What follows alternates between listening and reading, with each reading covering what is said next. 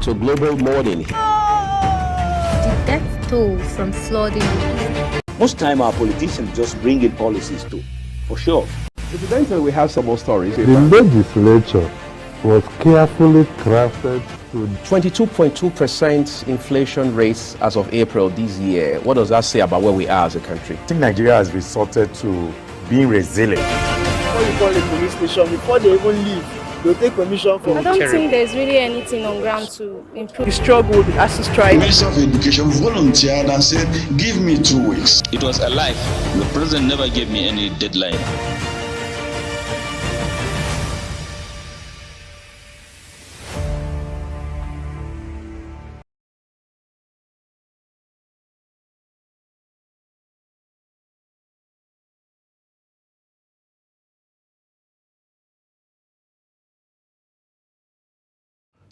Good morning and welcome to Africa's Finest Breakfast Show. It's a global morning on Global Television. My name is Anthony Momodi. Welcome me to the 8th day of August 2024. We're deeply, very, very excited to be part of your lives this very interesting day, very unique day, 8th day of the 8th month of 2024. That's what it is, and it tells you it's indeed a very special month and day of the year 2024. It's no news that there's been lots of protests across the globe, from Bangladesh to the United Kingdom. And of course, Nigeria's had its own fair share of protests, which is beginning to grind down across the 36 states of the Federation. But one very interesting or difference we've seen amongst the protests across the globe is the fact that government of each country and the security agencies made sure that the lives of the protesters, the conveners, and the citizenry were kept safe. And that takes us to the story making the rounds this morning on Global Morning, talking about the UK government, which has guaranteed the lives of Nigerians. And the British High Commissioner to Nigeria, talking about Richard Montgomery, has assured the Nigerian diaspora in the United Kingdom of their safety following the recent unrest in various cities across the country. Montgomery gave the assurance during a meeting with the chairman of the Nigerians in Diaspora Commission, Bike Dabiri Erewa. Montgomery, in a statement signed by Gabriel Odu of the Media and Public Relations Unit of the Commission, on Wednesday addressed the concerns about disturbances affecting 12 towns in the UK. He revealed that the UK government was implementing measures to restore order, including establishment of a special task force of 60 courts of police and the legal operatives to tackle the criminal activities linked with the unrest. Montgomery emphasized that the UK commitment to being inclusive and tolerant society, reaffirming the country would not accept discrimination or attacks against any community. That's a very instructive and a clear difference of a government that cares for not just its citizens and even citizens from other nations residing in the UK. But another good part of it is the fact that the government is also taking steps to address the online incitement and misinformation the British High Commissioner had stated. So that's something very interesting, and some details I think the Nigerian government, the security agencies have to pick when dealing with protests. And we've not heard the UK government trying to incite fear or intimidate the protesters or would-be protesters not to protest, but rather their safety is of major concern. And I think it's something very instructive the Nigerian government has to take forward, because we saw the National Human Rights Commission coming out to say they were not impressed with the statistics of and the reports reaching them as regards how intimidation was key by the government and the security agencies, which is a very sad commentary. All right, that's just to whet your appetite as regards what's playing out on the global scene. We'll be going for a very quick break.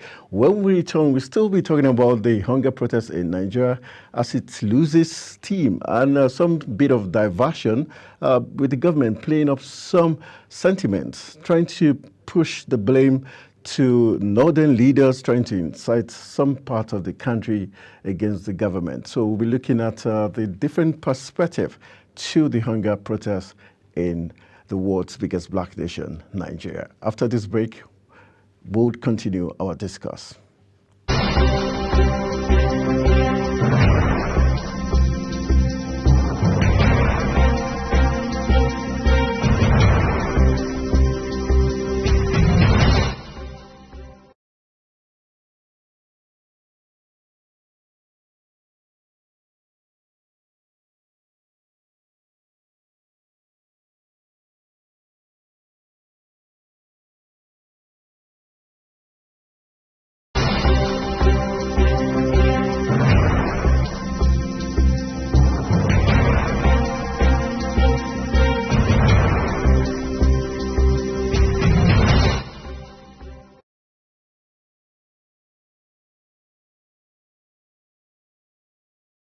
Welcome back from the break. You're still watching Global Morning, and like I did say, it's going to be a very interesting day, special day. The numbers already tell the story. The 8th day of the 8th month of 2024, and just surprise, like they say, you save the best for last. I'm not alone on the program. I've got Jerome Mountain joining me to add some more flavor, having given you that scary news coming from the United Kingdom. Probably her flight just landed. How you doing, Anthony? Doing great. It's great to be on the program. Good morning to each and every one of you out there. Appreciate the fact that you're allowing us to grace your TV set today. And how you doing, Anthony? Well, that's doing scary great. News. Well, you want to take me on a trip to London? You mentioned it. You mentioned. Am I going to London? I think London is not the best place to go right now. The protest is red hot. You could see the UK government already assuring Nigerians. But that's where I was heading to, the fact that the government, instead of trying to intimidate or incite fear on the people, they're even trying not just to assure their own citizens, but citizens of other countries. We saw advisory from the UK, Canada, and others, but there were no comment from the Nigerian government or security to say, okay, all the citizens of other countries in Nigeria, your safety is paramount and all that. So there's quite a clear difference on governance. It is a clear difference, and we know that the protest is not everywhere in London, just some parts in London and all of that. But at the same time, that is what we call being proactive, to try as much as possible to calm the situation, even individuals who are foreigners and all of that, which is a good sign. It shows that they hold their citizens in high esteem and all of that. So I'm happy about it, basically. I hope everything calms down soonest, but it's not something that, well, let me not just predict anything. All right, everything is fine. Fine, but some stories tells us that the hunger protest, which rocked the country, especially the northern part, last Thursday, appears to have lost steam following the police crackdown on organizers and protesters, many of whom had been detained. Some of the hashtag End Bad Governance protest leaders have also gone on the ground and switched off their phones as the DSS took custody of 7 Polish nationals arrested for waving Russian flags during the demonstration in Kano. DSS spokesman Peter Afonanya confirmed the arrest on Wednesday while explaining that the action was part of routine security enforcement rather than a targeted effort against the Polish nationals. The protests, which gained momentum in major cities such as Kano, Gombe, Yobe, Borno, Niger, and Kebbi, and including the FCT and other northern towns, were marked by escalating violence. In some instances, security agencies' actions were the catalyst for the violence. I like the fact that it's also sincere to the report saying the catalyst was the actions and inactions of security agencies. And you can see the difference. Here they're talking about the waving of flags, arrest of Polish citizens. Yesterday we were supposed to have a guest, one of the co-conveners of the protests, come as a guest, and what he told me was they're beginning to arrest them one after the other and search for them like they were thieves. But these are people, all they are doing is protest. And, which is a fundamental human right. These are persons, civil society organization, activists that the government had known over time in 2012, in 2020, were part of those that joined this present government, president Tinubu to occupy Nigeria. And suddenly they're being tagged faceless, and suddenly the same government who they were part of in the last protest hunting them down. So that's something not right. Of course, I know. Like I say, like I've always said from the beginning of all of this thing that has been happening when it comes to the protest from 1st to now the 8th of August, I've always said it's not a bad thing to say you want to come out and protest. Is it civil? Is it passing the right message? Is it peaceful? Is it, I hope lives and properties are under control and all of that. Now, the most important thing is this protest is swindling into something else. Like you rightly said, in Kano and some places, they are actually flagging the Russian flag. It's no more a protest. That is a treasonable offense. Now, we have to be very, very will I say dynamic, or we have to be very, very careful on how we go about this. It's not a protest. It's not, for some, it's a protest. They are fighting the cause of hunger, starvation, the high cost of living, electricity, unemployment, all of that.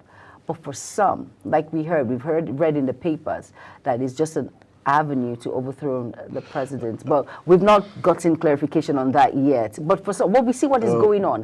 When you climb on top of the the street light and you try to vandalize things, you go into government parastatals and you try to steal things. You go in and you actually loot a lot of things. That's not a protest?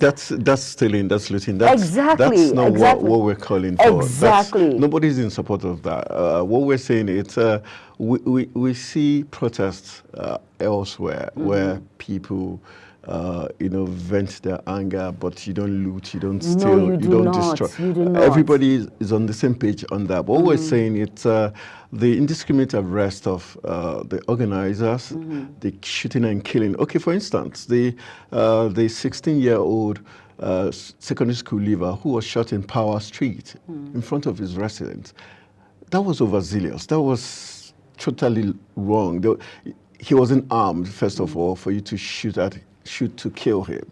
So it tells you, in as much as, yes, we say this, there's also this part where, in as much as we were trying to be civil, we're trying not to play to the gallery, seem to support the government is not also being sincere, that the security agencies are not being completely professional in the way they handle protests. There are certain group of people that should handle protests. There are ways you negotiate with protesters, calm them down, not fire tear gas at them, not shoot live bullets. Not shoot live bullets. And what happened to me was very funny. It showed you that the security agencies had intent to injure the protesters. You shoot one this direction, you shoot from the 4 cardinal points. It's like, it's not just, you're not trying to just disperse people, you want people to get injured in the process, which is technically not right. Then the UK government, we didn't hear them say things that seem to instill fear in their citizenry, the fact that they were even protesting. But I want you to understand that it's not the same scenario. No, but what we're saying is a protest. Yes, I know, it's a protest, but it's not the same scenario. When you incite the people, when you, like the report did say, some of the violence erupted when the security agencies started playing to the gallery. For instance, the killing of that 16-year-old boy is enough to have escalated things in Zaria. And so we're just saying they have to be cautious, not just the protesters, but also the law enforcement agency. And that was why a lot of people said the president was not fair, not cautioning the security agencies as regards, okay, be cautious how you handle this person. Rather, it's like just give them kudos for a job well done. So it's like, that was why I used the word. Is it a license to kill? Because once you tell them kudos, even when the report shows they've killed, they've attacked protesters unprofessionally, and you tell them kudos, it means it's like, okay, whatever action had taken. So, I think really, in my own opinion, I don't think he's saying actually kudos, because no one is happy, a leader of a country happy that a life. But there was no word of caution. But the thing is, Anthony, maybe he's saying in your own. No, he said it, not mine. It's everywhere. I think the protest would have gotten out of hand, because we know that miscreants have actually hijacked the protest. Really, it wasn't. Places like Kano and Borno, it wasn't moving in line to what everyone was talking about when it comes to hardship. They were actually looting, stealing, and causing havoc everywhere. Yeah, so nobody is saying. I want you to understand something. Nobody's saying looting is part of it. We're not supporting it. But how did it start? It started because some individuals came out and said protest, and that's the avenue for individuals we would not say because some individuals are going to say there's always going to be negativity. That's why we have the security agencies. That's why they were supposed to be proactive. Okay. That's why they were deployed at first, because we know that in the 6 geopolitical zones, we know the northern region is always more violent when it comes to things like this. We know the issue of education is part of it, and other factors that make them seem to be more aggressive. We know that for a fact. So it's only natural that the agencies should have known that they will be more prepared when it came to the northern part of the country. So that's the lapses on the part of the security agencies. But after all said and done, the message has been passed. We hope now that everything is turning down lower, that the government. That's what 90. No, but I think already the government has succeeded in quelling the protests by using force, and so we do not anticipate any more protests today or tomorrow. But what we're looking at is, because of what's going on right now, is the hunting down of the co-conveners of the protest. They're not faceless. Deja and Cole are known persons. They're not faceless. So I think it's just a skillful way to want to paint the protest completely bad. And if you look at the narrative, at a point, once the flags came out, the narrative was now, okay, it was being sponsored. We saw in London when they had the Palestinian issue, when people were protesting the way Israelis were killing Palestinians. We had other countries supporting Palestinians in the UK, in London. They were not Palestinians. Part of it. No. What I'm saying is that they were not Palestinians. They were not Israelis, but they just showing support. It's just like Black Lives Matter. A lot of countries waved flags in support of that movement. Yeah. So I'm not saying it's right, but for the Polish nationals that were arrested for waving their own country flag, can we also look at it from the angle as saying we support the protest against hunger? Not necessarily we're saying, because these are Polish, and it's just like Nigerians in the UK holding the flag to say we support the war against the killing of those minor girls in the UK. So that does not translate to say we want to take over the UK. No, that's what it that was way overboard. That was uncalled for. We're talking about the Polish citizens. Yes, I know. Not Nigerian citizens. It's a different thing when Nigerian citizens hoist a different flag that isn't theirs. Okay, thank God we're on the same page. Yeah, that's what I'm saying. I say for the Polish citizens, hoisting their own flag is a different ball game. Of course, but not in Nigeria when there is a protest ongoing. So you bring out a Russian flag and you're telling us. That's where we... Really? And in as much as we're looking at that, let's also try to not get overboard in just saying... Because when you use the word Occupy Nigeria, that's if the government was a very... non-tolerant government. They could, just that name alone, Occupy Nigeria, was enough for the then president and the administration to arrest this current president and the people who organized that protest, because that word Occupy Nigeria was already on its own, like not just overthrowing the government, but taking over Nigeria. course, so yeah. Let's be sincere a little bit when we are making this analogy as regards what they did back then and what is happening here. So I think my case done. No. I'm just allowing you. No, really. I'm not arguing your point. I'm just saying we should be more objective. Let's open all the lines of possibilities. Very true. I agree. All right. They say when you talk a lot, you need water a lot. You need food. Okay. I like the fact that you can read in between the lines. Of course I can read in between the lines, Anthony. And of course, at this point, it's the taste and texture segment. And yes, I will not tell you. So you have to. Sometimes when I'm in a it good. makes the meal not nice. When you tell us, it makes us salivate. Yeah. Before it comes, the stomach's. Gets ready. There's sometimes, women have different ways. They can tell you, sometimes they want to tell you everything, but sometimes they just want to take it bit by bit. And that's what I'm doing right now in Taste and Texture segment with Chong Annamel Joseph. Sit back, relax. Don't forget your pen and paper. You'll learn a recipe this morning. Taste and Texture is up next. And welcome to Taste and Texture. Today, we're going to be learning how to make lentils porridge. Lentils are super legumes. Due to their high fiber content, they prevent sugar levels from rapidly rising after a meal. They also help lower cholesterol, so everyone should be eating lentils, not just diabetics. The ingredients: you need your lentils, red palm oil, green pepper, carrots, red onions, black pepper to taste, stock cube, salt to taste. Note that lentils are known as lentils wherever they are available in Nigeria. You can look for them in big supermarkets. The quantity of green pepper, carrots, and red onions can be adjusted to your taste and how busy or sparse you want this ingredient to appear in the meal. Before you cook lentils porridge, rinse the lentils in plenty of cool water, rinse the diced and green pepper and onions, scrape, rinse and dice the carrots. Now, the directions in cooking your lentils. First, you need to put the lentils in a pot. Pour a generous quantity of water because lentils can absorb lots of water. Add the stock cube, black pepper, and start cooking. Note: if you have a pressure cooker, use it to cook lentils because they take a while to cook with a normal pot. When the lentils are very soft, add the onions, carrot, palm oil and salt and continue cooking.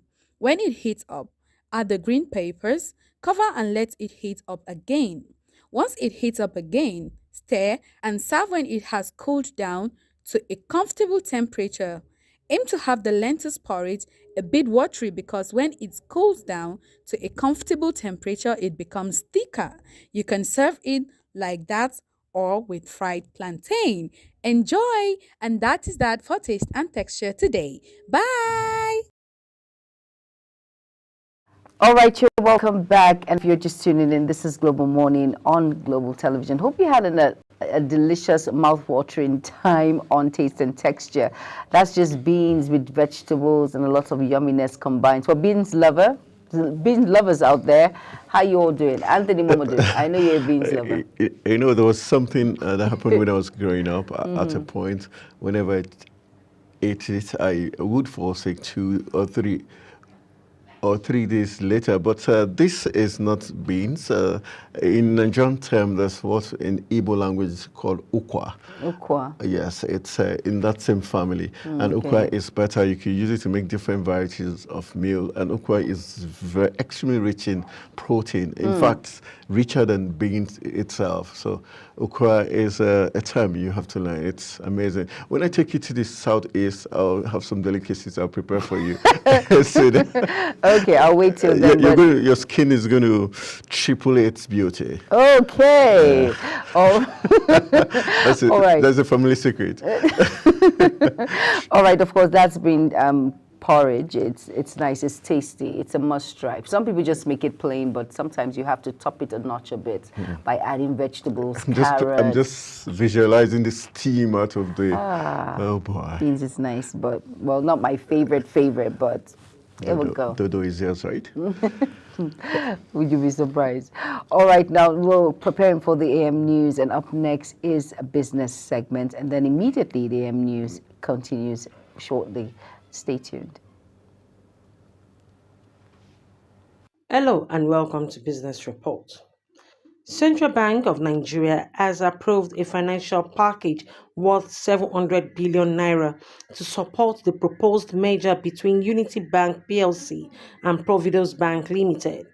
According to the Apex Bank, the bailout is aimed at strengthening the stability of Nigeria's financial system, as confirmed in an official letter from the Central Bank of Nigeria, which detailed the terms and structure of the financial accommodation.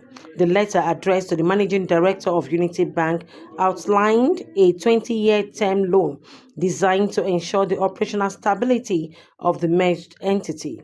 This represents the first financial bailout of a commercial bank under Yemi Cardoso as Central Bank Governor. It is also coming on the heel of the liquidation of Heritage Bank, which many had thought was a sign that the Apex Bank will not be bailing out banks. Net inflow on Binance, the world's largest cryptocurrency exchange, hit astronomical height of $1.2 billion in 24 hours, following massive sell-off brought about by Monday's market crash. The volume of the inflow on Binance marks the highest net inflow day this year, according to Richard Teng, the CEO of Binance. Richard Teng quoted data from DeFi Lima on the volume of inflow on Binance while attributing the feat to the rising investors' confidence. Nigeria's revenue share from the Nigerian Liquefied Natural Gas Limited has plummeted by 43% due to persistent gas supply challenges, leaving several industry experts increasingly worried about the mounting headwinds plaguing the country's economic lifeblood, the oil and gas sector. The Nigerian LNG Limited, owned by the federal government of Nigeria and 3 international oil companies, has seen its output decline owing to gas supply constraints, which also pose a threat to its expansion plan. Data sourced from the Nigerian Budget Performance shows that the federal government's actual revenue from its NLNG shares stood at 46.2 billion naira in 2023, a 43.5% decline from a proposed target of 81.79 billion naira. Nigeria's deep water lack a fiscal framework for associated and non-associated gas, especially the one under production sharing contract. Kelvin Emmanuel, CEO of Dairy Hill, explained that IOC like Exxon and Chevron that are not in the joint ventures lack incentive to invest in developing wells for gas or assets that will involve them giving the entire gas feedback to the government without clarity on sharing formula, carried cost and interest, as well as pricing models. Kike Lomo Ukeri, Global Television.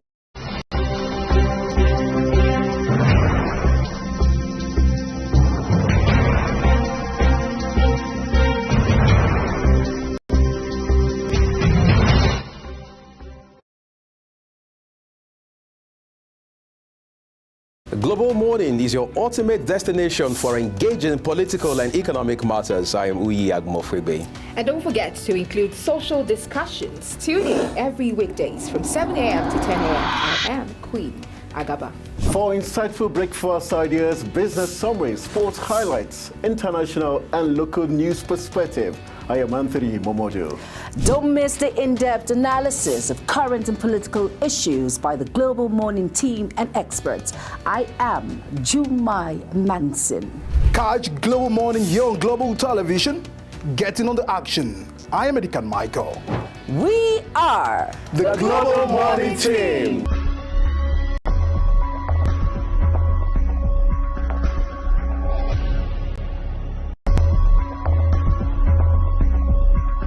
Frankly speaking, it is now time for Nigeria to see that Global TV has come and has come to stay.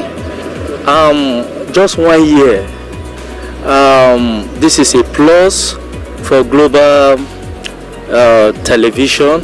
My take on Global TV presence on DSTV, first of all, I must say is a great feat. And in this new age, it takes technology to take over. I believe that Global TV coming into the arena will change the context of international broadcasting in Nigeria. But I believe that Global TV has come not just to give us anything but the truth and the valued information that we need at hand.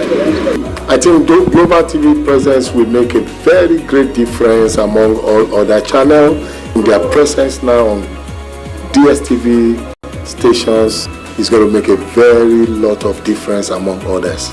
Really believe with the pedigree and the reputation Global TV has gathered for themselves for the last 1 year of their being in existence and being in operation, they are really going to change, have a lot of impact on the digital perspective of TV broadcasting. New height with this new feat, you are actually going to make us proud, especially within the content that you are delivering for the Nigerian people.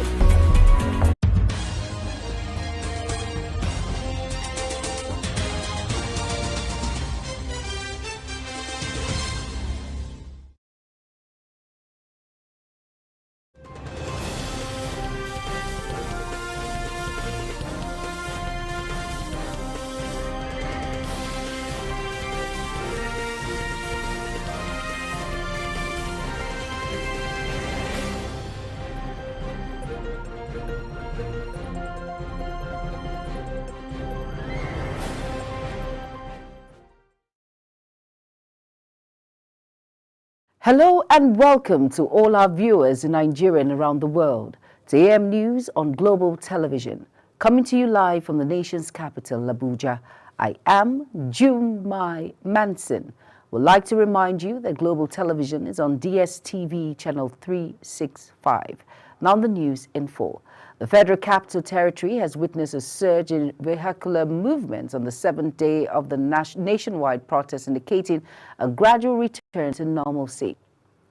The Minister of Information and National Orientation, Mohammed Idris, says the Tinubu administration's primary goal is to rectify historical missteps and not impose hardship on Nigerians. Speaking in Abuja during a briefing for the diplomatic community on recent nationwide protests, Idris stressed that the president is committed to implementing reforms aimed at driving sustainable growth and improving citizens' quality of life. The minister, acknowledging the current hardship, noted that the administration's decisive actions, including the painful abolition of the fuel subsidy, were aimed at redirecting funds towards critical sectors like healthcare, education, infrastructure, and security. The Minister of Foreign Affairs, Ambassador Yusuf Tuggar, has reiterated Nigeria's stance against foreign interference in its domestic affairs. Tuggar, who made this known at the briefing of the members of the diplomatic corps of the program and policies of the federal government in Abuja, however, stressed the importance of international relationships. He spoke against the backdrop of the nationwide End Bad Governance in Nigeria protest, which commenced on Thursday, August 1st, in response to the hardship experienced by citizens in the country. Paul Ibe, media aide to former Vice President Atiku Abubakar, has berated the presidency over its reaction to Atiku's statements on use of lethal force. Ibe said the recent admission by the military to mistakenly killing a 16-year-old boy in Zaria, Kaduna State, was exactly what his principal had alluded to in his statements. Speaking against the backdrop of the ongoing End Bad Governance protests across the country and efforts by security agencies to stop the protests, especially in areas where the situation has turned violent, Atiku said the service chiefs could be held accountable even after leaving office. The presidency has told former Vice President Atiku Abubakar that the rights of assembly and freedom of expression guaranteed to citizens in the Constitution are not absolute. In a statement, the Special Advisor to the President on Information and Strategy, Bayo Ononuga, while reacting to a post Atiku made on X, said the rights of citizens can be abridged in the interest of public peace. Atiku had in the post cautioned security agencies against using lethal force against peaceful civilians, protesters who are demonstrating against bad governance and the hardship in the country. Over now to the media aid office of the immediate past governor of Kogi State, Alhaji Yahaya Bello, has refuted claim in certain quarters that he is one of the sponsors of the ongoing protests across the country. A statement issued and signed by Michael Ohere stated that the claim was part of the grand plans by some enemies of the former governor to frame him. The statement described the claim as reckless, irresponsible, and malicious, adding that the former governor remained a patriot who had devoted his time, resources, and energy to building a united and prosperous Nigeria. The Northern Youth Assembly has kicked against calls for the relocation of NCC ICT Park from Kano to Kebbi, sequel to attack on the facility by hoodlums during the nationwide protests. A statement by the Arewa Youth Assembly signed by Dr. Aliyu Mohammed, President, and Dr. Hafiz Garba, Secretary, dismissed the proposed move as a calculated deception meant to mislead the good people of Kebbi State. A statement by the Pan-Arewa Regional Assembly stressed that while they acknowledged the call for increased investment in Kebbi State as valid and a welcome development, it is, however, crucial to consider several factors before thinking on some significant projects undertaking. The Nigerian Army says soldiers who killed a teenage protester in Zaria, Kaduna State has been arrested. It was reported how one of the soldiers on patrol in Samaru, Zaria gunned down the victim, Ismail Mohammed, who was a secondary school leaver. Samaru community is a host to hundreds of staff and students of Ahmadu Bello University, Zaria. It was gathered that Mohammed was shot dead at his residence at Sekin Power Street.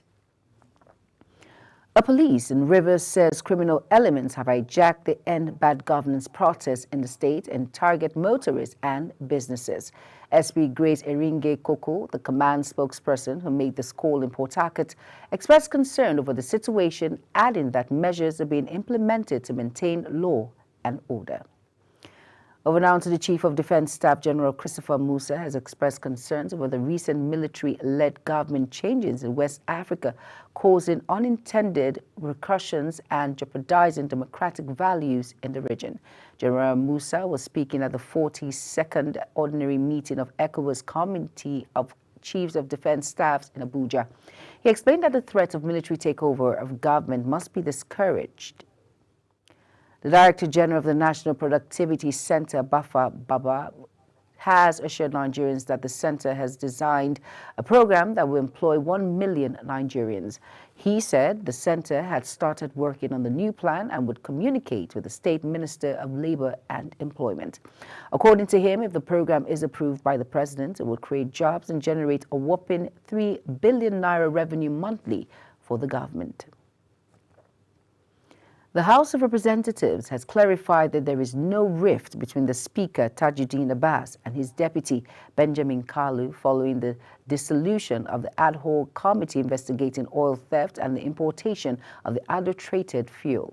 In a statement by its spokesperson, Rotimi Akeem, the House observed that certain media outlets had speculated about tensions following the committee's dissolution. Akeem stressed that the leadership action aimed to ensure the efficiency, independence, and effectiveness of the investigations. Governor Abdullahi Sule of Nasarawa has reaffirmed his administration's commitment to paying the 70,000 naira minimum wage recently approved by President Bola Ahmed Tinubu to civil servants in the state. Peter Aheba, the Senior Special Assistant to Governor Sule on Public Affairs, stated this in Lafia, the state capital, during a courtesy visit to the Nigerian Union of Journalists NUJ Correspondents Chapel, Nasarawa State. He said the payment of the new minimum wage to civil servants will not only improve their welfare, but also boost their productivity in the state. The police command in Jigawa says it has arrested 82 additional suspects for looting and vandalizing of public property during the nationwide protests.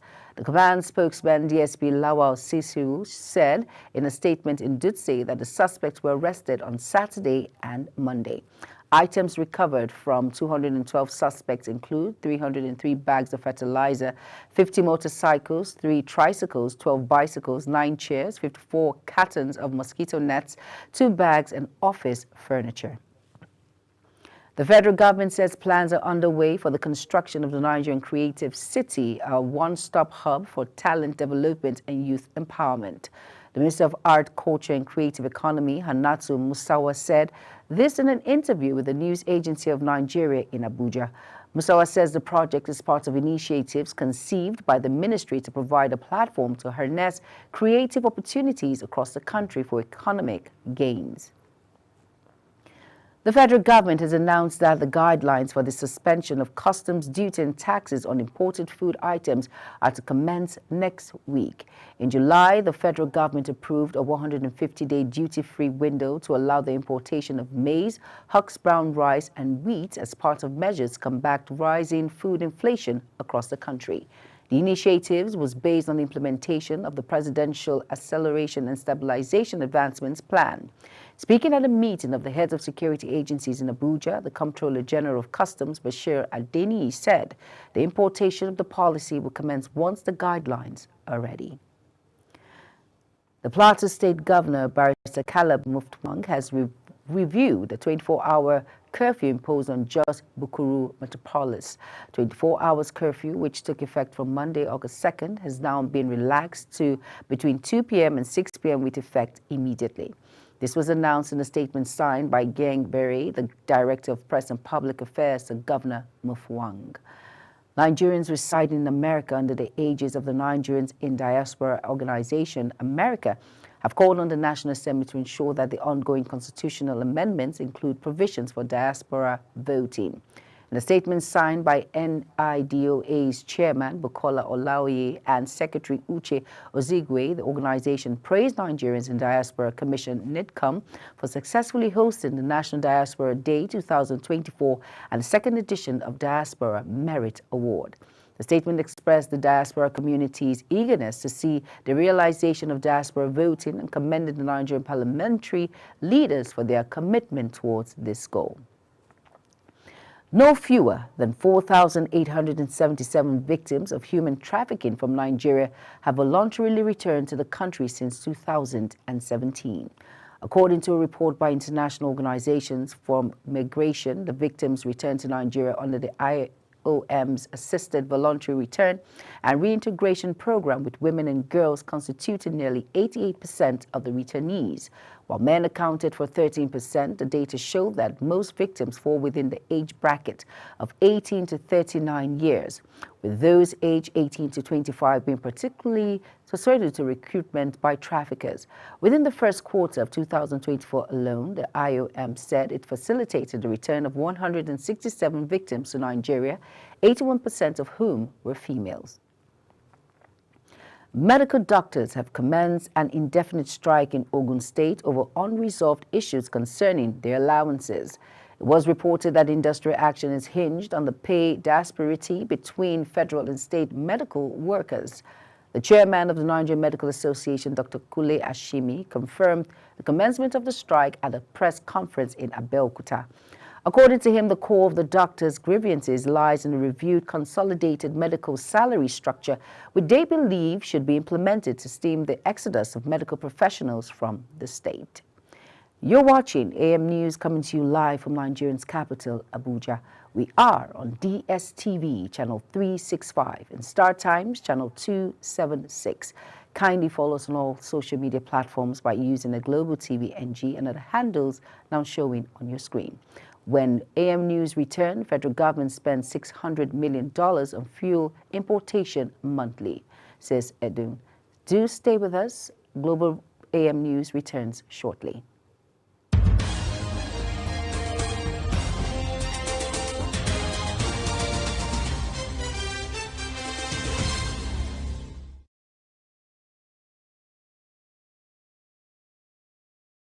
You're welcome back, and if you're just tuning in, this is Global Television bringing you live broadcast of AM News. Thank you for staying with us. Over now to our business desk, the organizers of the China-Nigeria Expo says it will straighten trade ties between China and Nigeria.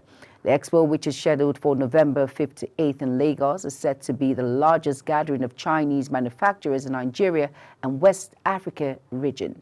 According to a statement from the organizers, Nigeria is China's second largest trading partners in Africa, and China the country's largest source of import. Chinese customs data show that the bilateral trade volume between China and Nigeria reached $23.9 billion in 2022, with Chinese exports to Nigeria amounting to $22.3 billion and imports from Nigeria totaling $1.6 billion. The Minister of Finance and Coordinating Minister of the Economy, Wale Edun, has revealed that the country currently spends $600 million on fuel importation monthly. He stated that the high import bill is due to neighboring countries up to Central Africa benefiting from the country's fuel imports. Edun explained that the situation has the reason President Bola Ahmed Tinubu removed fuel subsidy, as the country does not know the exact amount of fuel consumed internally. The Nigerian Army says its troops have destroyed several illegal refining sites in Rivers and Bayelsa states, respectively. It said the destruction was done during an operative by troops of the Land Component Joint Task Force South-South Operations Delta SAFE. The acting Deputy Director of 6th Division Army Public Relations, Lieutenant Colonel Jonah Danjuma, disclosed this in a statement issued in Port Harcourt. The federal government, in collaboration with the International Cotton Advisory Committee, has begun the Nigerian cotton industry. The target is to create over 1.4 million jobs annually in cotton textile sector, while the focus is to develop key components of the cotton value chain comprising farming, weaving, ginning, and linking of cotton. Shatima urged stakeholders to come up with a roadmap for the revitalization of cotton textile sector in Nigeria, noting that it is time to work more and talk less. On our foreign scene, thousands of UK riot police stood ready to deal with more potential outbreaks of violence, which erupted more than a week ago after 3 children were murdered. Far-right groups have planned demonstrations in more than 30 locations, with immigration lawyers and buildings hosting asylum seekers set to be the primary target. The government has said 6,000 specialist police are being ready to deal with England's worst disorder in over a decade, which has seen hundreds arrested and more than 100 charged. In sports now, world champion Tobi Amusan qualified for the 100-meter hurdle semi-finals in the ongoing 2024 Olympics in Paris. Amusan led the pack of 8 athletes with 12.49 seconds, followed by Americans Alicia Johnson with 12.61 and Jamaican Shanique Brown qualified with 12.84 seconds. Nigerians' Favour Ofili concluded her 200-meter campaign at the Paris Olympic Games with a 6th-place finish, crossing the line in 22.24 seconds. American Gabby Thomas claimed the gold medal with a time of 21.83 seconds, edging out Julie Alfred, who had earlier secured the 100-meter double sprint gold. Ofili's performance followed a remarkable semi-final run where she finished second with a second-best time of 22.05 seconds, fueling hopes that she might emulate the defeat of Nigerian legend Mary Onyali, the only Nigerian to have won a medal in the 200-meter event at the Olympics. Anex Echuoko, a former Nigerian hammer thrower, has won an Olympic medal for the United States in the ongoing 33rd Paris Olympic Games in France. The 28-year-old threw a season's best of 75.48 meters to win silver for her adopted country. She finished behind Canada's Germaine Rogers, who threw 76.79 meters to win gold, while China's Zhezong packed the bronze with a throw of 74.21 meters. And that's it on AM News, and it came to you live from Nigeria's capital, Abuja. Remember, we're on DSTV channel 365 and Star Times channel 276. Kindly follow us across all social media platforms by using a Global TV NG and other handles now showing on the screen. I am Julie Manson. Thank you for watching. Good morning.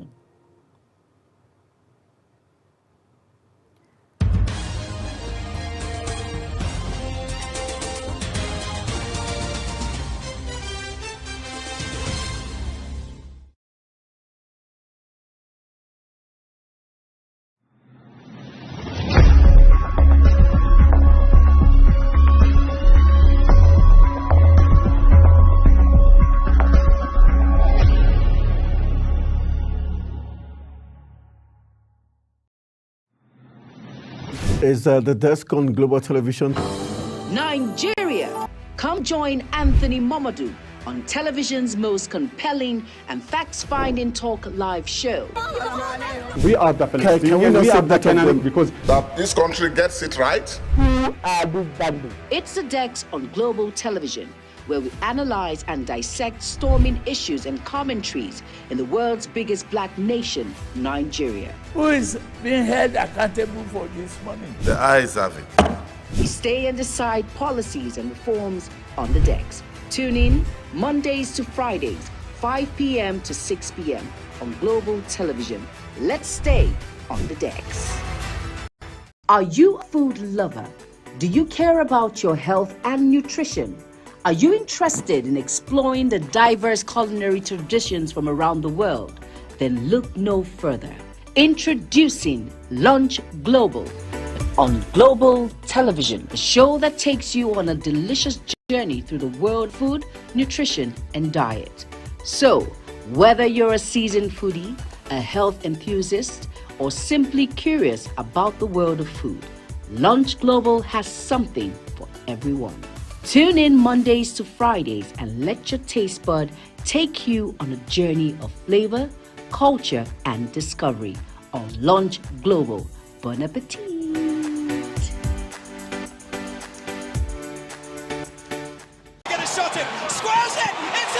It's time for sports' biggest moments on Global Television. The headlines, scores, breaking news, and commentaries on sporty events. Talking with the biggest players, strikers, and about the slam dunks and goals, stunning saves, near misses, and upsets. Let's talk about the greatest home runs, comebacks, knockdowns, and victories. Talk sports with the king of sports, Anthony Momodu. Weekdays, 10 a.m. Don't miss out.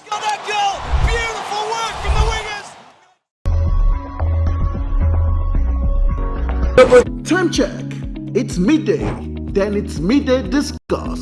Midday Discuss is a program that covers trending local and international news, current issues, and human-related topics. Join Samuel Odi weekdays 1 p.m. on Global Television. The discussion starts here. In an ever-busy world, the increasing challenge of keeping track of health matters can be extremely demanding. Follow the latest health tips and trends on Health Guide on Global Television on Tuesday at 3 p.m. Health Guide on Global Television. Put your health first. With every government and introduction of new policies, businesses of all kinds and sizes seize the opportunity to evolve and redefine themselves. Business Point on Global Television is where we follow the money and put the facts and figures right in front of you. Watch Business Point every Monday through Friday at 11 a.m. as Kikelamo Okeri tracks all the latest developments across critical sectors. Business Point, this is business. Hello, children. Gather around, let me tell you a story. Do you know that stories have a way of captivating the minds of children, bringing fun and imagination to teach them morals? Join Sharon Ajay as she takes you to explore the thrilling and exciting world of storytelling. I'll be sharing with you our next interesting story. Tune in every Saturday on Global Television, time 5:30 p.m.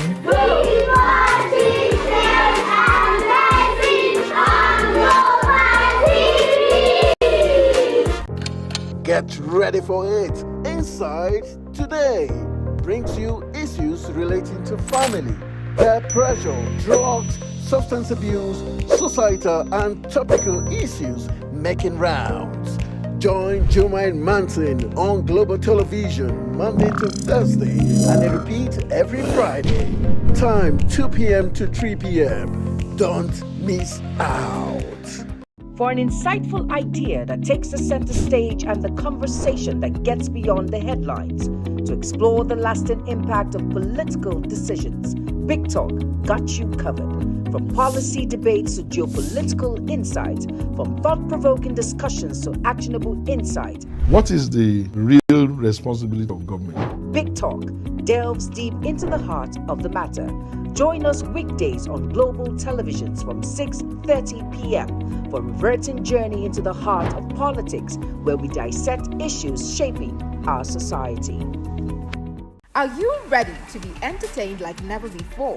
Get ready to dive into the latest and greatest entertainment news in lifestyle, music, movies, birthday celebration, and so much more. All on Entertainment Circle on Global Television. From the hottest red carpet events to exclusive interviews with your favorite stars, we've got you covered.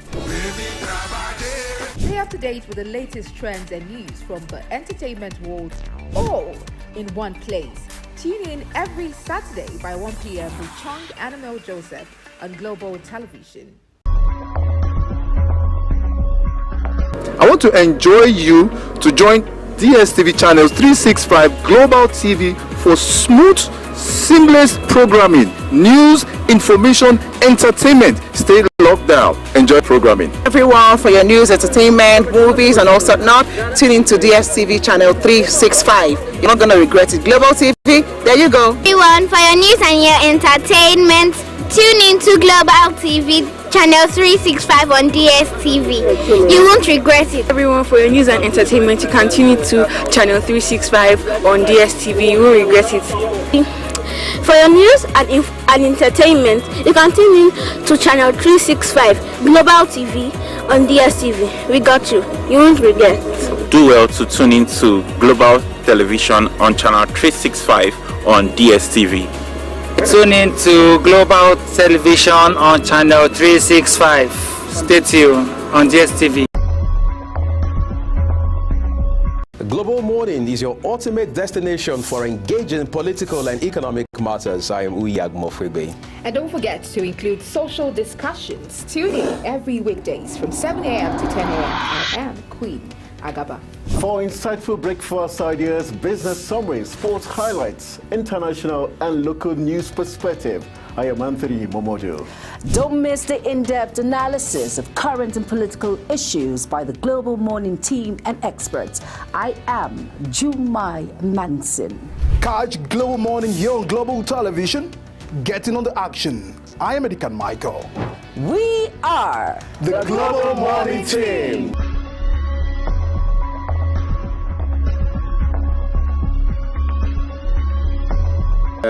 I want to go further to congratulate you on being on DSTV 365. Yeah, channel 365 is an awesome thing. Congratulations, and I will enjoy each and every one to keep on watching Global TV. This is Global TV for your current affairs, for your current information, ideas, education, entertainment news at the best. Channel 365 on DSTV.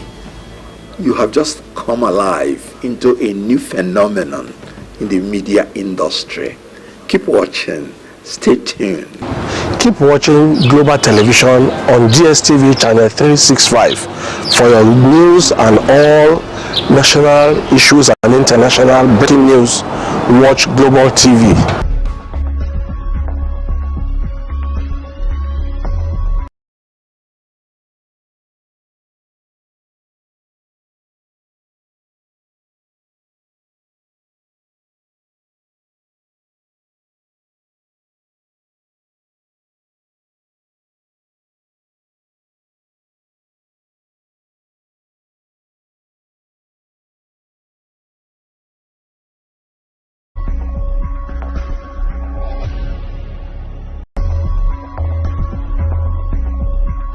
Frankly speaking, it is now time for Nigeria to see that Global TV has come and has come to stay. Just 1 year. This is a plus for Global Television. My take on Global TV presence on DSTV, first of all, I must say, is a great feat. And in this new age, it takes technology to take over. I believe that Global TV coming into the arena will change the context of international broadcasting in Nigeria. But I believe that Global TV has come not just to give us anything but the truth and the valued information that we need at hand. I think Global TV presence will make a very great difference among all other channels. Their presence now on DSTV stations is going to make a very lot of difference among others. Really believe with the pedigree and the reputation Global TV has gathered for themselves for the last 1 year of their being in existence and being in operation, they are really going to change, have a lot of impact on the digital perspective of TV broadcasting. New height with this new feat, you are actually going to make us proud, especially within the content that you are delivering for the Nigerian people. Are you a food lover? Do you care about your health and nutrition? Are you interested in exploring the diverse culinary traditions from around the world? Then look no further. Introducing Lunch Global on Global Television, a show that takes you on a delicious journey through the world of food, nutrition, and diet. So, whether you're a seasoned foodie, a health enthusiast, or simply curious about the world of food, Lunch Global has something for everyone. Tune in Mondays to Fridays and let your taste bud take you on a journey of flavor, culture, and discovery on Lunch Global. Bon appetit!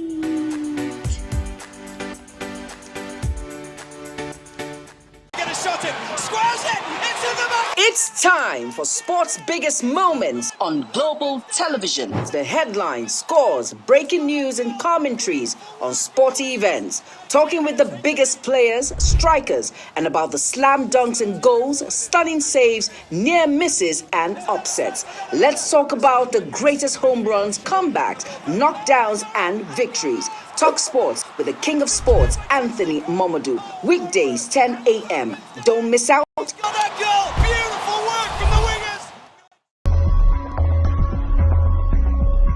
Global television is people's television.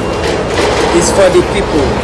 They focus on the content of deliverables. Global Television, channel 365 on your DSTV, the station to watch for your news and current affairs. Hey!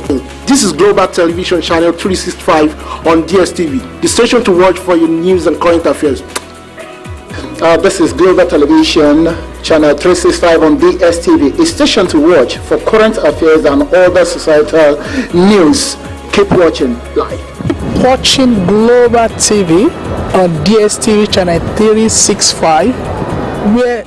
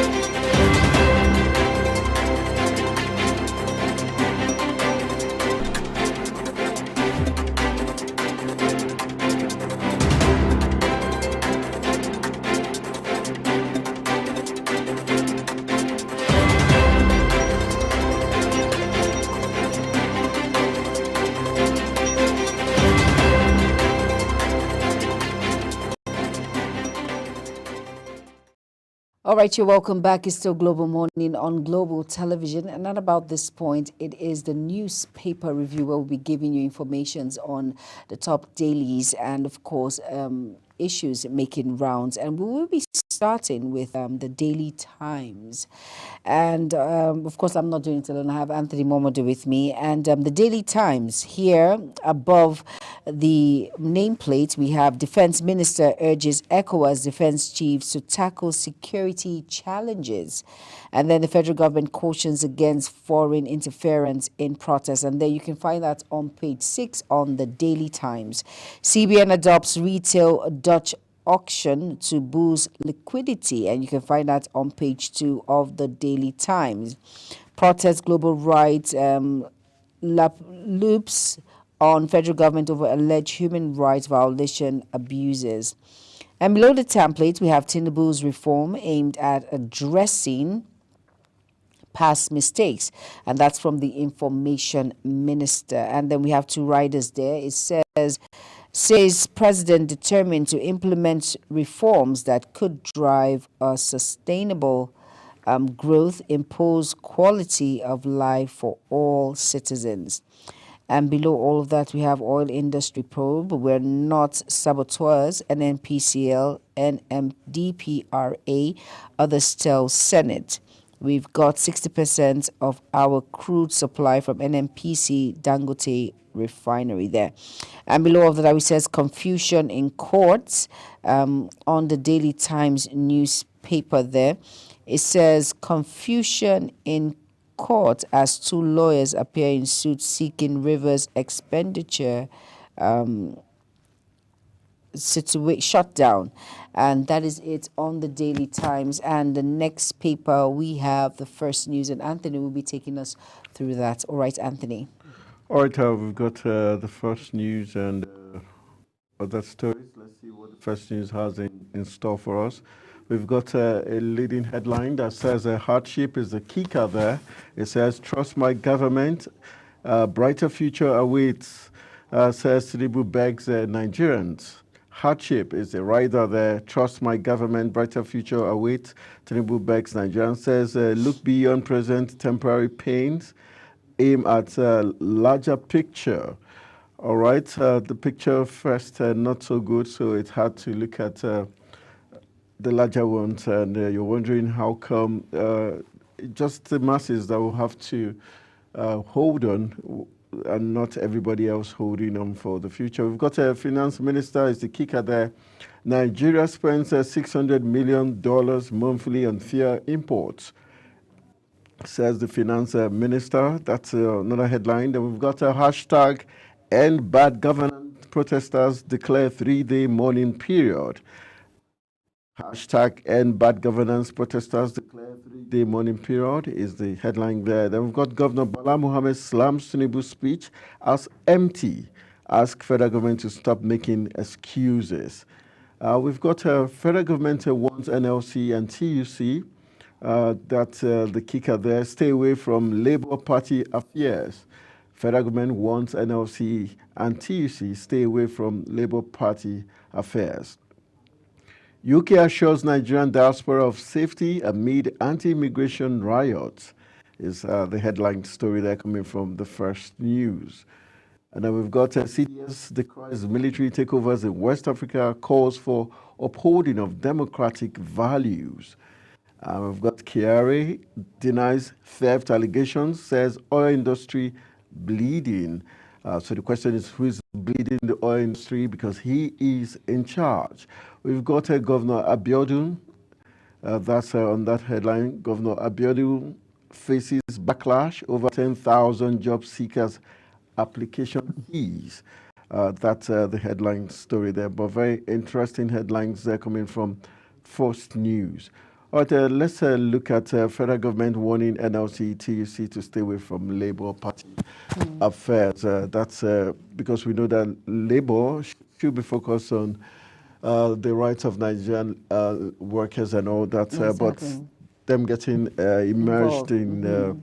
but they would tell you that the Labour Party is an affiliate of the NLC, so they've got much rights. In fact, they always say, they pride themselves that the certificates of registration of the party's domicile at the NLC Secretariat. So it goes to say that they have a very big stake in what happens in the Labour Party. So that makes for a very interesting debate in the coming days and weeks. For hardship, trust my government, a brighter future with President Beck's Nigerians.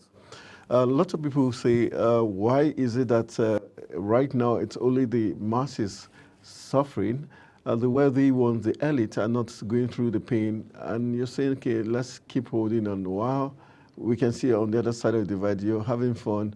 So what's going to happen when the day comes? So it's like more fun from you from the beginning to the end, while the masses have to pay the price. It's just unfortunate that for every decision, it always falls back at the masses, you understand.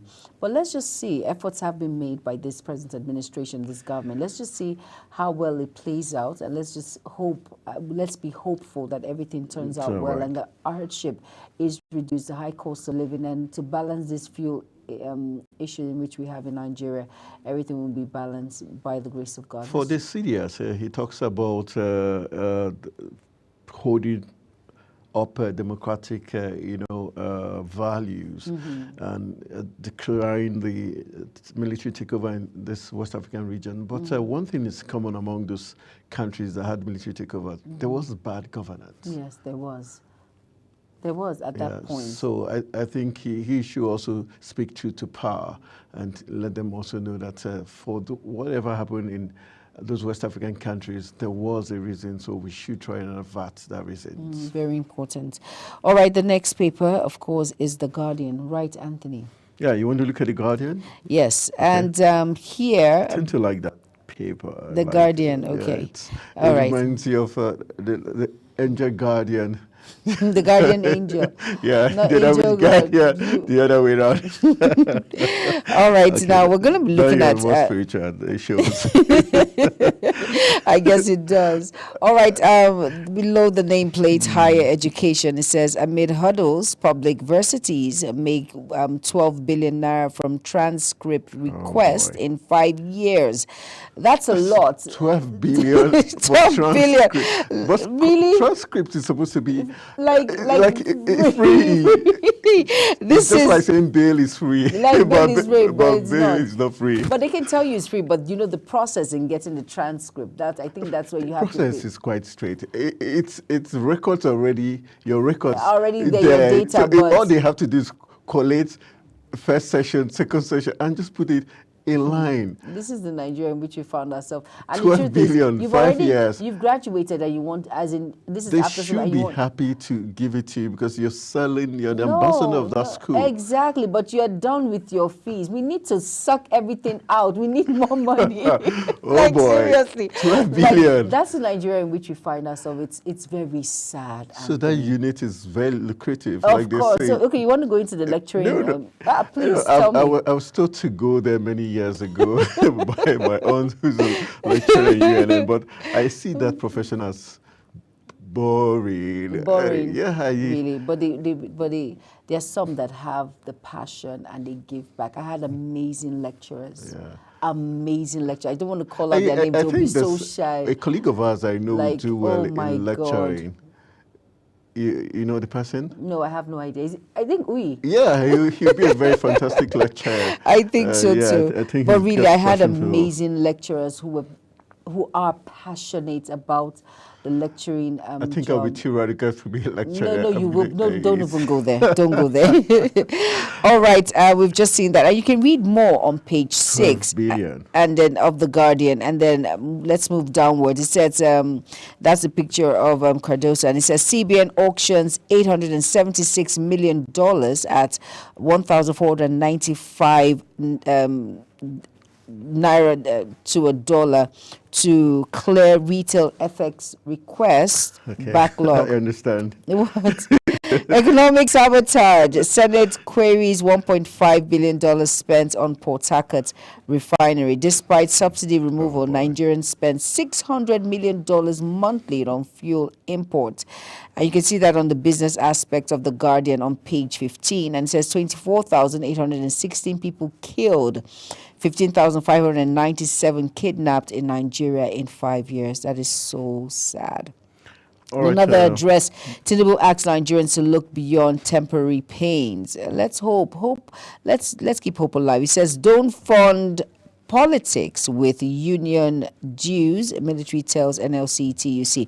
Grandma's son, grandchildren died after Amala meal in Ilorin. Seriously? Very and very, very sad. And it says, cool, terrorism threatening West Africa's existence, says CDS.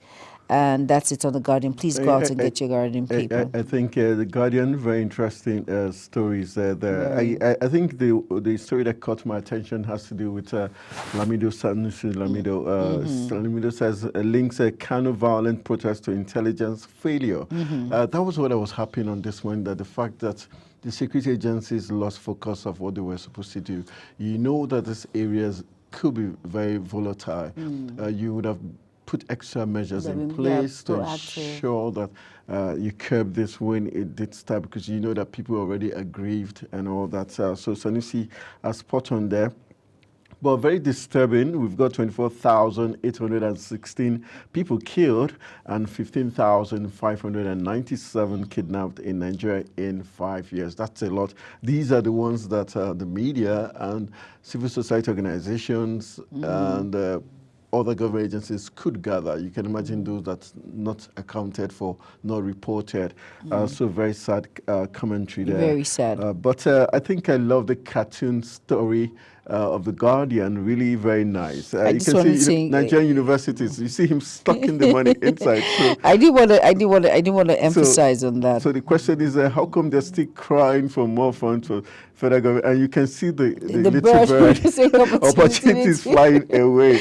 I'm telling you, God. Really sad. So very interesting there. Yeah. The Guardian. Let's go to the leadership and see the leading headlines there. All right. West African defense chiefs insist on civilian rule. No doubt that's the way to go. We've got bureaucracy behind delay in our 50% salary slash, says reps. How comfortable. And we've got a hunger protest is a kicker. Federal government warns against foreign interference. All right, we've got other headline stories. Senate queries $1.5 billion spent on Port Harcourt refinery. Page 7 is where you find a big story. And fuel queues persist in major cities. Grab page 22 and you get details of that. We've got FEMA as the kicker there. Begins CNG conversion of operational vehicles. On page 6 is where you find details of that. Very disturbing. We've been waiting for the conversion of these CNGs like forever. This year is almost wrapping up and still we're still in the process. And for the leadership, this leading headline is of interest to me. Bureaucracy behind delay in a 50% salary slash. How comfortable for bureaucracy to slow it down? If it was something that was going to be in their favor, like we say in Nigeria, sharp, it would have gone. So now they are admitting to bureaucracy slowing it down. It's so hard for them to even let go 50% for just 6 months. And the 50% that is not going to move them it's or not going to touch them. Anything when it comes to so you can imagine allowances and all of that. And this year is already gone. The next thing they will tell us that, okay, we made that declaration in 2024. We've got only 2 months to go. So the deduction will be for 2 months. From next year, it's not going to hold water anymore because it's going to affect the budget, blah, blah, blah. It's just a political gimmick there by lawmakers. So let's move on to other papers. You've got the Daily News Hub. Yes, the Daily News Hub. Yes, I do. If it's your colors. If it's my colors. Very funny, Anthony. All right, on the Daily News Hub, the template, beside the template, it says, let's endure current pain temporarily.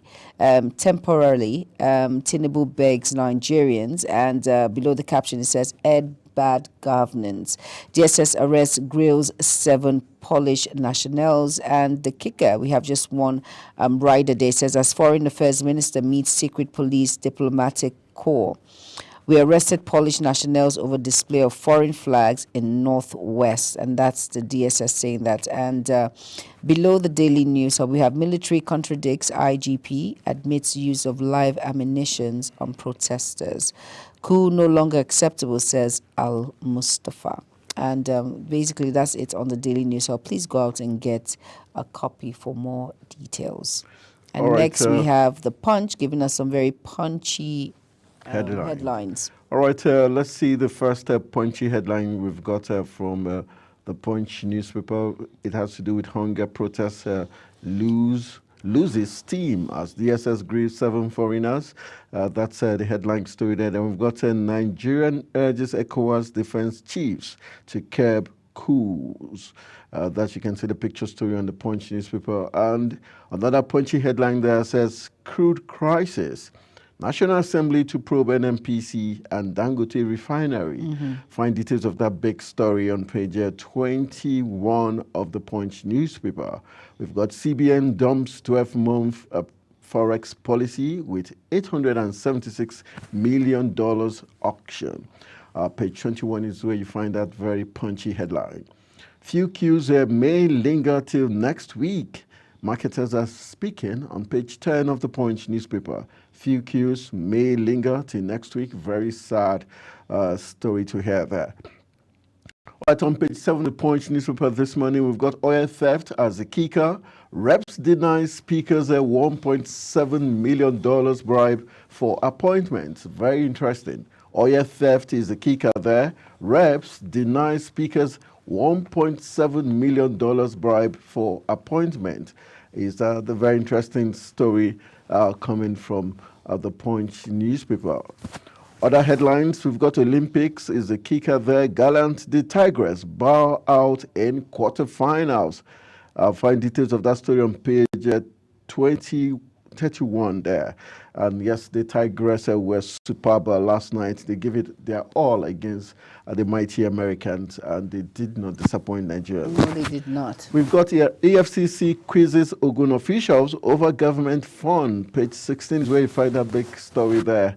And you watched the Tigress yesterday. They made us proud. Yeah, they were spectacular. I was very proud of them. And to see that they're, the females are always doing wonders. I always tell you, I know you always, Dubai Mansi, but no, we trust the females when it comes to sports. They are 9-time African champions. I said no mean feat. The female folk bring color. They always make one proud. I'm saying that because, of course, I'm a female, but at the same time, they made us proud. They made Nigeria proud. True. And we are so proud of them, and we are grateful for keeping that flag flying. Very important. They had lots of showmanship during the tournament, and I think the fans are going to miss them. It was very touching after they lost. They were waving to the fans, and you could see the players. They knew they gave their best. No, they did, and they were and we are proud of them. Yeah, every time they fist bumped and they did all those high fives, it made me feel truly. For once, it was good watching them. It made you want to be a Nigerian because they had so much color, like you said. Yeah. And the fact that some of them weren't based in Nigeria, but the fact that they left the U.S., Canada, and other countries and decided they wanted to wear the green, white, green jersey. Which is great. Made it so amazing. So kudos to the Tigress. It's kudos to the Tigress. Thank you for making us proud. We are proud of you, and thank you for how far in which you've kept our flag the first African team to get to the quarterfinals. That's super amazing. That's a lot. That's a big deal, Anthony. Yeah. It's a big deal. And that team that beat them have won the tournament for 7 times. So yes, it shows exactly. it shows. The exactly. Nigerian team is really exactly. good. It does. Good. It does. All right, now we'll be looking at the New Telegraph, and it says, the caption there says, hardship protests, the worst now over. Okay, the federal government. Okay, that's what I mean, like, okay. I did no comment. No. For a moment, I want to start to one of the comments That's the way you said it, like, okay, yeah, okay. You never see something. I did not say that, Anthony. Be careful. No, Don't mix you scared me. That I was like, okay, is she planning party? Okay, and of course, the rider. Okay, well, that wrote that headline. Okay, I just said, well, ECOWAS defense chiefs meet to prevent coup, stabilize democracy, and drinking water from plastic bottles can increase blood pressure. And that's a study, that's a research. Plastic bottles. Yes, it says it here. It says drinking water from plastic bottles can increase blood pressure. I think okay, is it just water? So that means if you drink minerals from plastic, it's okay. I have no idea, but you just have to go. You have to read. Go to page 30 of the New Telegraph to find out more and be informed on what that is all about. But looking at it critical, I've always known that when water is in plastic bottles and it's in the car for a long time, and then the sun rays touches it, and it increases cancer, not blood pressure. So this is new for me. Because of the mix of the chemicals. Exactly. Yeah. So now I have to go get a copy of the New Telegraph to find out what this is all about. I really need to know. There seems to be a very strong support to that, because most times if you leave water in a bucket for long, like a week, when you come back, you touch inside the bucket, you notice it's slimy. Yes, it's slimy. So you can imagine, and that's when the bucket is open. Now imagine when it's closed, corked, even though there are chemicals to preserve that, but you can imagine. You're very attentive, Anthony. I'm beginning to, now I have that belief that you're supposed to be a medical doctor. Yeah, but the blood part is scary. Yeah, exactly. So just all right, the next is the Nigerian Tribune, and Anthony, you'll be taking that for us, please. All right, let's see what the Nigerian Tribune has in store for us. One of Nigeria's oldest newspaper. It has a very Nigerian headline there that says federal government spends $600 million monthly to import fuel. That's a finance minister saying that. And I didn't offer $1.7 million to Speaker to secure chairman of downstream committee. Ugo Chinyere speaks as a rep's leadership denies receiving inducement for appointment. That is very disturbing, but not surprising. We've got a minister, NNPCL, Dangote, others take fight before Senate panel. You find details on page 4 of the Nigerian Tribune. And it says, sub-headline says, demand live broadcast of probe. We are not thieves, Nigerians unfair to us, Kyari speaks, while federal government yet to meet 2024 crude target. All right, that's very interesting, making the probe live. In trending video, Tinubu appeals to Nigerians for patience over hardship. Page 28 is where you find that story. Nigeria rates 6th in globally and 1st in Africa in tuberculosis prevalence. Very sad, not a good one there. Nigeria rates 6th globally and 1st in Africa in tuberculosis prevalence. That's disturbing. Page 16 is where you find out which of the geopolitical zones it's more prevalent. We've got NYSC declares Akwa Ibom coordinator driver missing. Very disturbing headline there. NYSC declares Akwa Ibom coordinator and driver missing. Page 24 is where you get details of who they are and probably help the police and the state government search for them. We've got Shetima and Obasanjo Southwest governors orders to attend Osun Industrial Investment Summit in September. All right, let's leave that hanging there. Army begins investigation and detains soldier over killing of 16-year-old boy in Zaria. Very sad story there. Very sad. My son just finished writing final secondary school exams, says mother. Attack on Kanu oldest printing press, ploy to destroy Kanu City, says Emir Sanusi. Find details of this very interesting stories on page 2 and 25. All right, just to get a take on the issue of the Minister and NPCL Dangote going before the Senate panel and asking for a live broadcast of the probe. Do you think that because they feel they're going to expose certain things and they do not completely trust the lawmakers and the process to be sincere? Yeah, to be sincere, just coming out, I think it's a step in the right direction, really, as in basically. A lot of things are going to be exposed. You and I know that for sure. But it's better. Let there be transparency so we'll know the way forward. Like, this has lingered for a long time. But what if the lawmakers, the panel, refuses that live broadcast? What would that be insinuating? Then it would tell a lot of stories in between the lines, really, Anthony. It will tell a lot that, okay, maybe the lawmakers are part of this delay when it comes to the refinery and NNPC working in sync. Have you seen the queues lately? Have you seen what is going on? It's disturbing. I bought 10 liters. I was even scared because I just had to. It was red, the car, as in the fuel gauge was on red. I bought 10 liters for 10,000 naira. And I was... a liter, it's technically... 1,000 naira. Exactly, the black market. Because there was... Have you seen the queues? They're depressing. Have you seen it? The queues are depressing. It is. I think this is a way of transparency. Let us know what is going on. Because, really. And then the other story that caught my eye was that 16-year-old that was gunned down by security agents. But you see that? Why even shoot at a 16-year-old? How could he be so much of a threat to you? Exactly. In front of his gate. It's not like he was pointing a gun towards you. And you know what? Was he just trigger happy? But the thing is, it's all about being trigger happy. At a time like this, the protest is very sensitive. All Nigerians are out and everyone is not happy. Some Nigerians are not happy when it comes to protest. Yeah. That's why parents need to talk to their children. 16-year-old, really. But we're told he was in front of his residence. Why wasn't he inside the house like other people? A protest is ongoing. Curiosity to see. Exactly. So I'm not issuing blames, but at this time, when you hear of protests, we hear of riots, a child that is he's 16. Quite young. He would have been inside the house. That's why parents, we have a role to play. We must always try and guard our children and tell them why you should not be part of there's some issues you should not be part of. You're not ripe enough.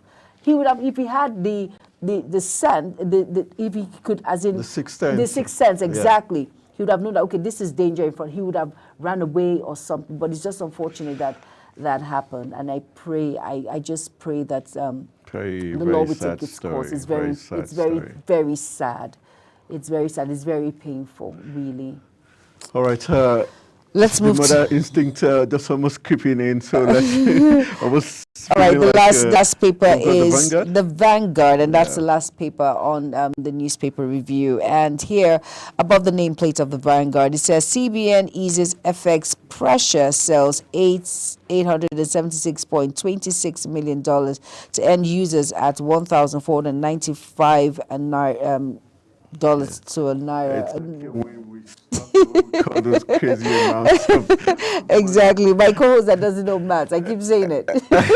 well, who is calling the figures now? Okay, it's okay. Calm down. Yeah, we're coming down. UK assures Nigerians of safety amid riots. NNPCL to Senate. Oil and gas industry bleeding. Federal government spends $600 million on fuel importation monthly, and that is Edun saying that. Now, below the template, we have steer clear of our international affairs. Federal government warns foreign powers, and you can read more on page 5. And we have about, you want to say something? No, go ahead. We have 4 riders there, and it says, we're probing 7 Polish nationals arrested over Russian flags in Kano, and that's the DSS. Now, thugs harass journalists, beat up protesters in Rivers. Army arrests soldiers whose warning shot killed 16-year-old in Zaria. As Kowas, Chief of Army Staff, delegation visits family. Plateau Bauchi relaxed curfew. And then that's a picture of the ECOWAS defense chiefs where they met. And of course, up front, we see the CDS, who no other person than General Christopher Musa. He is there with the Chief of Army Staff, Lieutenant General Lagbaja is there also, and all the service chiefs and some very important personnel there. Now, Reps Committee Chair denied giving $1.7 million bribe to Speaker Abbas. And still on... That's a very interesting story. I hope we'll get more details about that story. Really? And we would like the Speaker to come out and say who gave him the money, because the money wouldn't just appear from the blues. Exactly. And why didn't he accept it? Was it based on, Conscious, he has a conscience. He is a man of dignity, or the money wasn't enough, and so, or it must be something, like they say, before you hear things come out, when it has to do with lawmakers and politicians, is when the sharing formula doesn't quite sit well. Somebody's going to, cast, like we say in Nigeria, and so we need to know, where did this $1.7 million dollars? That's no small money. No, and for you to invest that kind of money for that position, like they say in their own sphere, it's a juicy committee, and so probably that's why. But it's very interesting. We'd like to know I know Tajuddin Abbas, who would like to speak more on that, to clear his name and the name of the House of Representatives, so that we can better get a picture of what is actually playing out at the National Assembly. Okay, I think we've got, that's how much the papers are saying this morning. Yes. And very interesting to know that the UK government has assured Nigerians of safety in their safety, while they're still tackling their own protests. So it tells you protest is not just in Nigeria, but everywhere in the world, when citizens feel like they're not getting enough from their government. So we'll go for a very quick break. When we return from break, we'll give you some sports stories. When we return, hopefully our guest will be in the studio as we touch light, still looking at the perspective to all the national hunger strike that went on. We look at the general perspective and also the way forward for Nigerians, the protesters, the conveners, the security agencies, and every major stakeholder in the Nigerian project. Stay with us.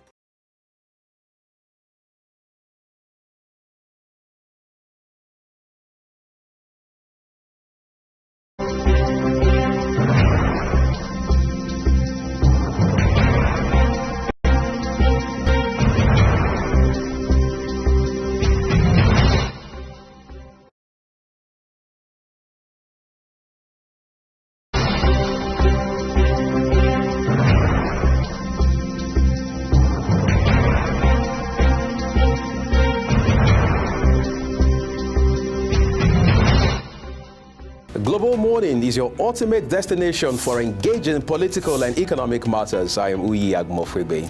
And don't forget to include social discussions. Tune in every weekdays from 7 a.m. to 10 a.m. I am Queen Agaba. For insightful breakfast ideas, business summaries, sports highlights, international and local news perspective, I am Anthony Momodu. Don't miss the in-depth analysis of current and political issues by the Global Morning team and experts. I am Jumai Manson. Catch Global Morning here on Global Television. Getting on the action. I am Edikan Michael. We are the Global Morning team.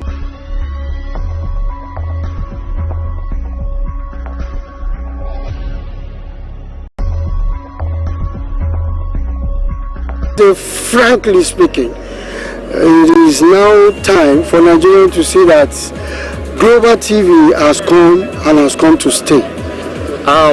Just 1 year. This is a plus for Global Television.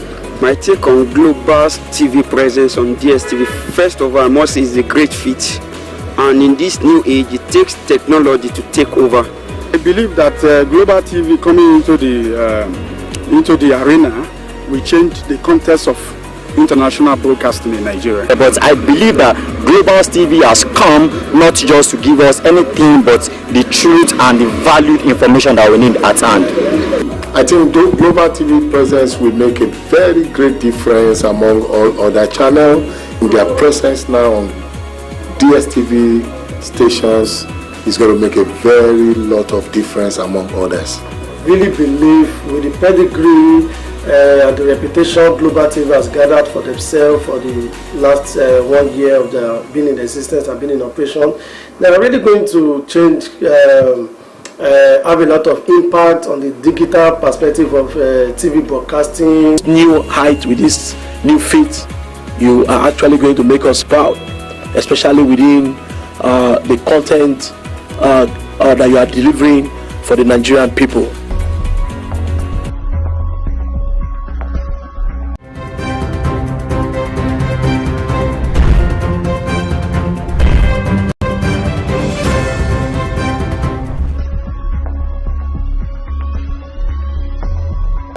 I want to go further to congratulate you on being on DSTV 365. Yeah, channel 365 is an awesome thing. Congratulations, and I will enjoy each and every one to keep on watching Global TV. This is Global TV for your current affairs, for your current information, ideas, education, entertainment news at the best. Channel 365 on DSTV. You have just come alive into a new phenomenon in the media industry. Keep watching. Stay tuned. Keep watching Global Television on DSTV channel 365 for your news and all national issues and international breaking news. Watch Global TV.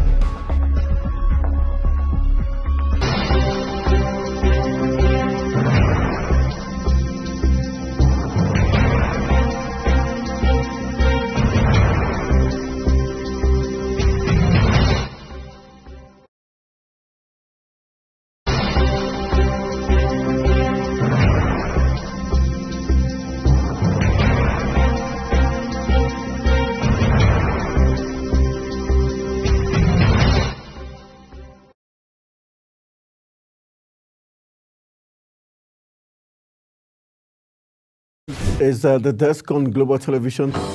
Nigeria, come join Anthony Momadou on television's most compelling and facts-finding talk live show. We are definitely, because that this country gets it right. It's the Dex on Global Television, where we analyze and dissect storming issues and commentary in the world's biggest black nation, Nigeria. Who is being held accountable for this money? The eyes have it.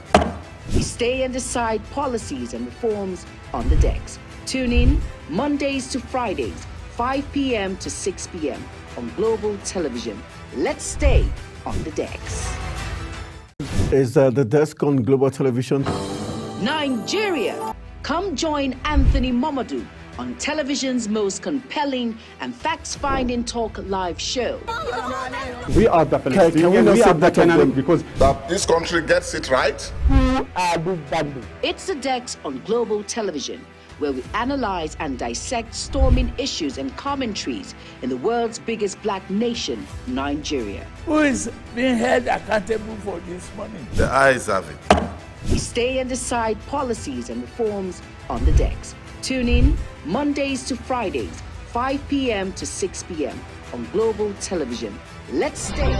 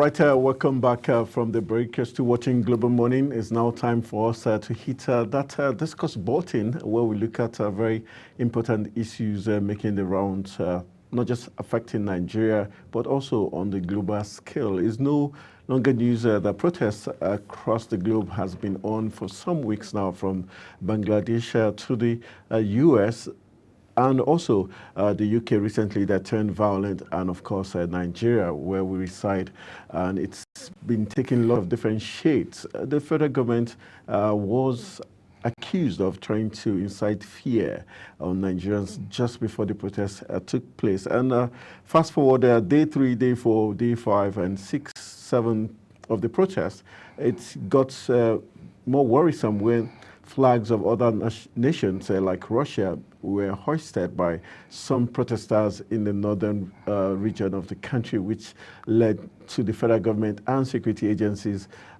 expressing some concern as regards probably some infiltration or sponsorship by the West to ensure that Nigeria was in turmoil. So we'll be looking at all the perspectives to the national hunger protest and the impact it has made on the country. The Chief of Defense Staff, Christopher Musa, has already come out to say that he's worried as regards the loads of military takeover within the Economic Community of West African States, and a warning alongside other chief of defense staff or other countries that we should embrace democracy rather than military takeover. And so we've got our guest who is joining us live in the studio. He is a social development consultant right here in Nigeria. His name is Rufon Joro Ibrahim. He has the task of helping us look at the perspective, the four sides of the story, so to say. Thank you for joining me in the studios. Thank you, Anthony. Thank you for having me. All right. I was scared at the point. I said, I hope you are not somewhere far in the northern region and caught up with the protest. No. I've been in Abuja. Okay, safe place. All right, let's look at, first of all, let's look at protest, the idea of protest and what the Constitution says as regards in protests world all over. Well, it's just like you said, it's a global phenomenon now, but it only shows the discontent that the masses have with those that govern them around the world. And the only way to buttress, or the only way to bring out their frustrations is through protest. There might be multiple reasons, multidimensional reasons, but when they have an opportunity to vent their anger, they do. And you would notice that these protests are propagated by, especially by social media, and then a lot of young people with energy who feel they shouldn't be suffering for the ineptitude of the older generation. That's the Gen Zs and millennials and all that. They're the ones, you know, who have a very short fuse because they don't feel there's a reason why they should hold back. There are no jobs, even with the education they have. They can't do anything. They can't find good jobs. They can't find. They just remain in their parents' houses. They're frustrated, so they find any way to vent their anger. In all honesty, there's a reason to. There's a lot of bottled up anger, and like you saw in Nigeria, hunger was the main reason. It was just a trigger.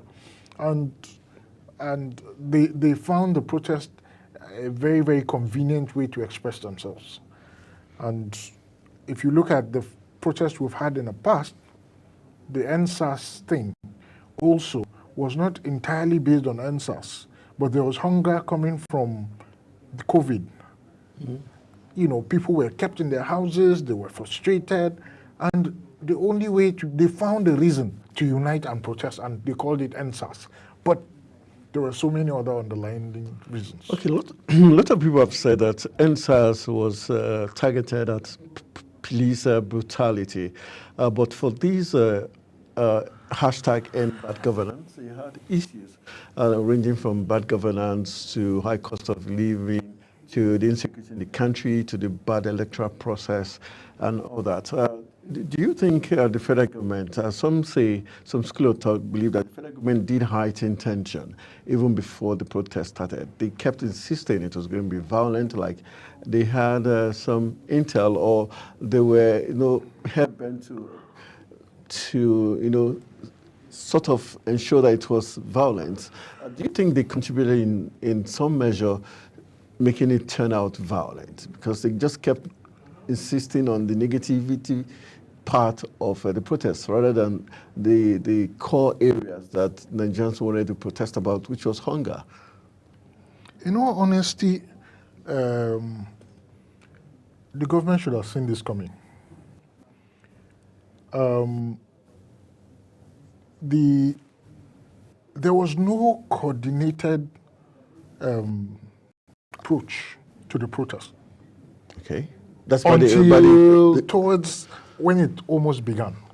People were frustrated. They had reasons to vent anger. They had every reasons to protest. There was no leadership per se, but there was an issue: bad governance. People used bad governance hashtag just the same way they used NSAS. They wanted a reason to be out there on the street. But people had diverse reasons for going out there on the street. The main reason being unemployment, hunger, just like you said, inflation. People cannot afford food. People cannot afford rent. People cannot just do anything with the money they used to survive on in the past. And there was so much frustration. So end bad governance was just a proper reason. And I'll tell you why also the hashtag for end bad governance took effect. We had a president who came in and told us to be patient. Nigerians accepted it in good faith to be patient. But we have a political class that is not patient. They want all they spent in the last election up front. They were buying, it's only in Nigeria that you buy an official car for someone, a government official. His salary for 4 years cannot buy that car. Doesn't make sense. If you put together their salary in 4 years, it cannot buy the SUVs they are using. Okay. All these were vented frustrations that Nigerians were feeling. We are at the receiving end. We are being patient. But you are not being patient. I mean, you could see that the same lawmakers came and said the president's aircraft need to be replaced. Was it a priority? Was it a priority? If it was a priority, could it have been communicated in a better way to Nigerians? Communication is key. You could see how the president's aides sometimes respond to issues. It provokes. I mean, you have to find a way. Look, the ballot box gets to every nook and cranny at the time of election. There should be no excuse that development should also get to every nook and cranny as at when due. This is simple. This thing is not rocket science. You must find a way to communicate with the people so that they would understand you.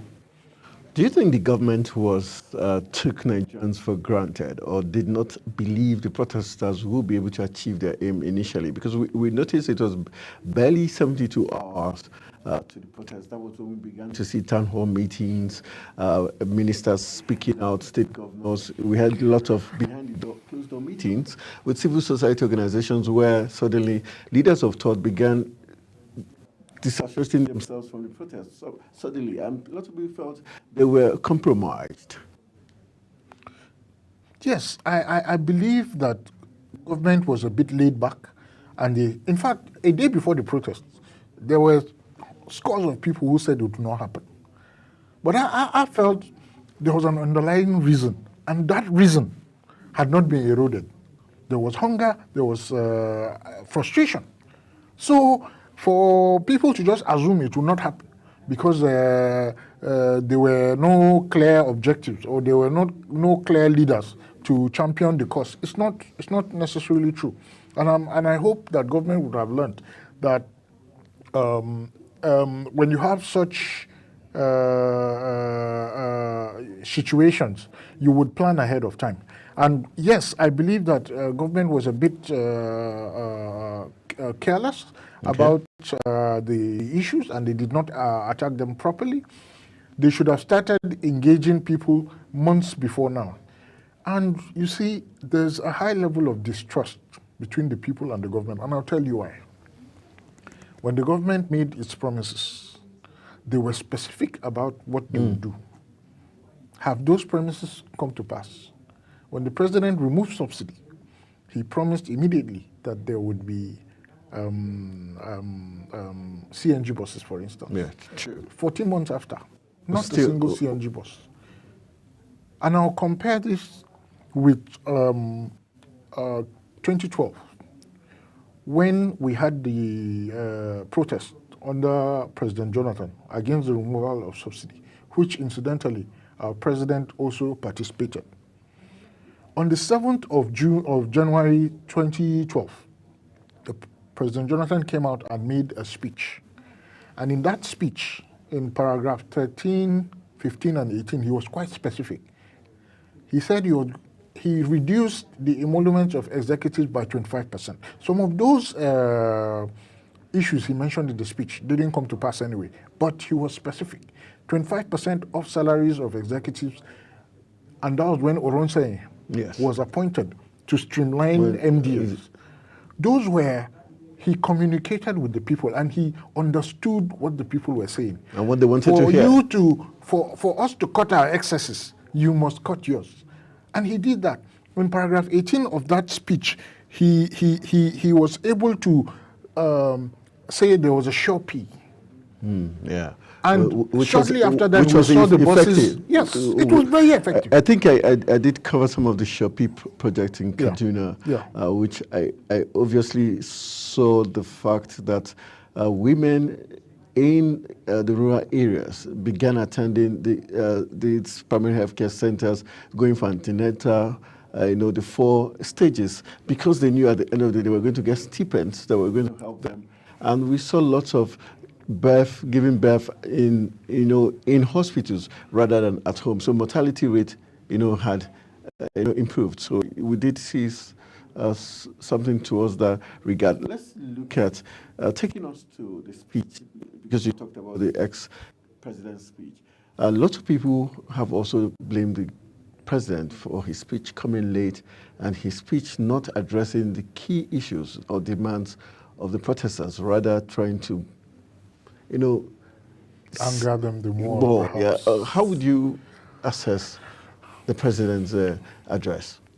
Well, again, I think I would again blame the president's media team, his handlers, the people close to him. They ought to have told him the real thing out there.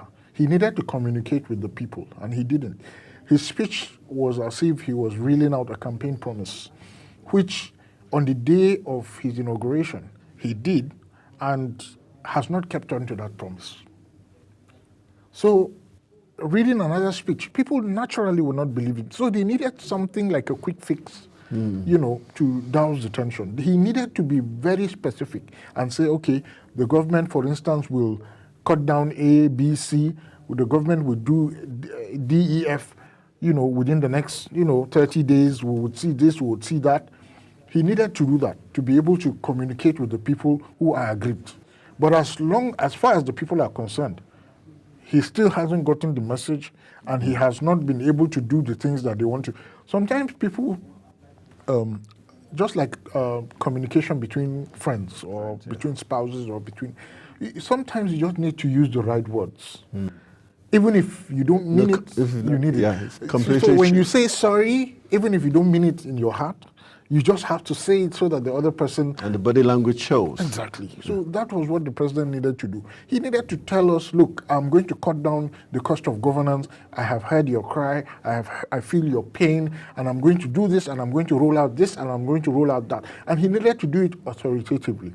But you see, even in the last 24 hours, what is happening? I learned that there was a crackdown on the national headquarters of the NLC. I mean, is it saying anything?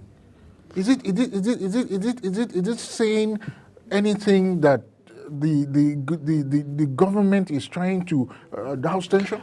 Does this portray the government as a government that is not tolerant, authoritative, and trying to be dictatorial in its approach? Also, let's looking at the issue that some of the school of thought that the government is technically trying to shift the focus of the discourse. What the Nigerians are saying, they're hungry, and all the demands. Rather, they're now shifting into the flag issue coming up. Okay, now they're suggesting that, first of all, it was a northern agenda. That's why we had more violence in the north. And also we had foreign flags hoisted in the northern region saying, okay, probably support is coming from Russia and all that. Do you think those are just antics by the government to shift attention from the key issues, which is the hunger in the land, the lack of security in the land, the poor electoral process in the land? Well, the truth about it is that there's more hunger in the north. Whoever thinks it's an agenda against the president is not telling the people the truth. The people are hungrier. They cannot go to their farms. They have more children out of school. If you look carefully at the videos, most of the protesters were teenagers, between 12 and 17, 18. Most of them. They would not listen to anybody. They do not have an education. They don't have anything to hope on. Right now, they are feeding on the rich. If you want to set anybody up now in this country, just tell him, just say that the person has bags of rice in his house, and you will see how they would go there and loot it. And it is simple. They are aggrieved, they are angry. So the North is hardest hit because the North has not taken care of this primary issue for the past 2, 3, 4, 5 decades. What do you expect these children to do? They have no education. Most of them have no formal education.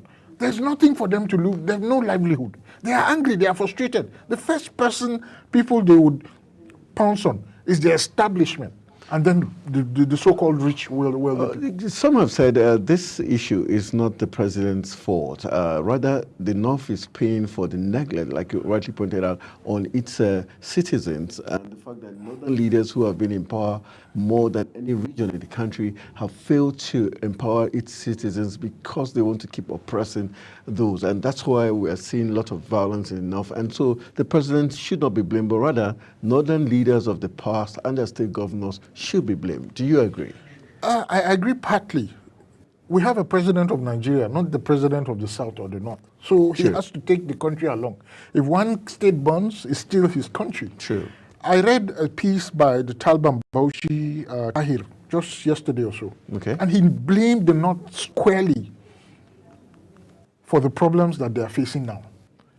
He was actually responding to what Ayo Fayose said about the North being negligent. He said he was angry and furious at what Fayose said. But when he looked carefully, he found out that, yes, we need to blame ourselves as Northerners. What have we really done? Now, you see people raising foreign flags. It is not rocket science. These people border Niger and the rest of it. Niger and the rest of it have been taken, have gone through coups. True. And they have a relationship now with the Russians on that end. And it seems like the news coming from that place is that they are living better lives and things seem to be getting better for them.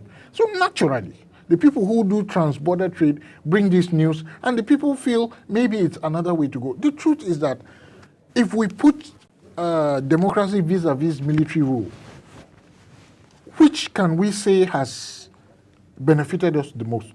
But this is a very sensitive issue. Whatever it is, no matter the grievances our people face, we must not raise another country's flag against our own government. What do you think really played out with that hoisting of other flags, national flags? I think it was in the northern region. I think it was simply an instantaneous something that happened. I can't really place what happened exactly, but I think it was instantaneous that somebody felt was inviting the military. Were they trying to slight the government? Pardon? Do you think the Northern Bloc was trying to slight the present government? That was why the hoisting of that flag came Well, into if they attempted to do that, then it's working against them. It's not working. Look, the establishment in the North fears they would try to manipulate the president to work in their favor, but they would not promote an uprising against, because they know that if they promote an uprising, it will consume them as well.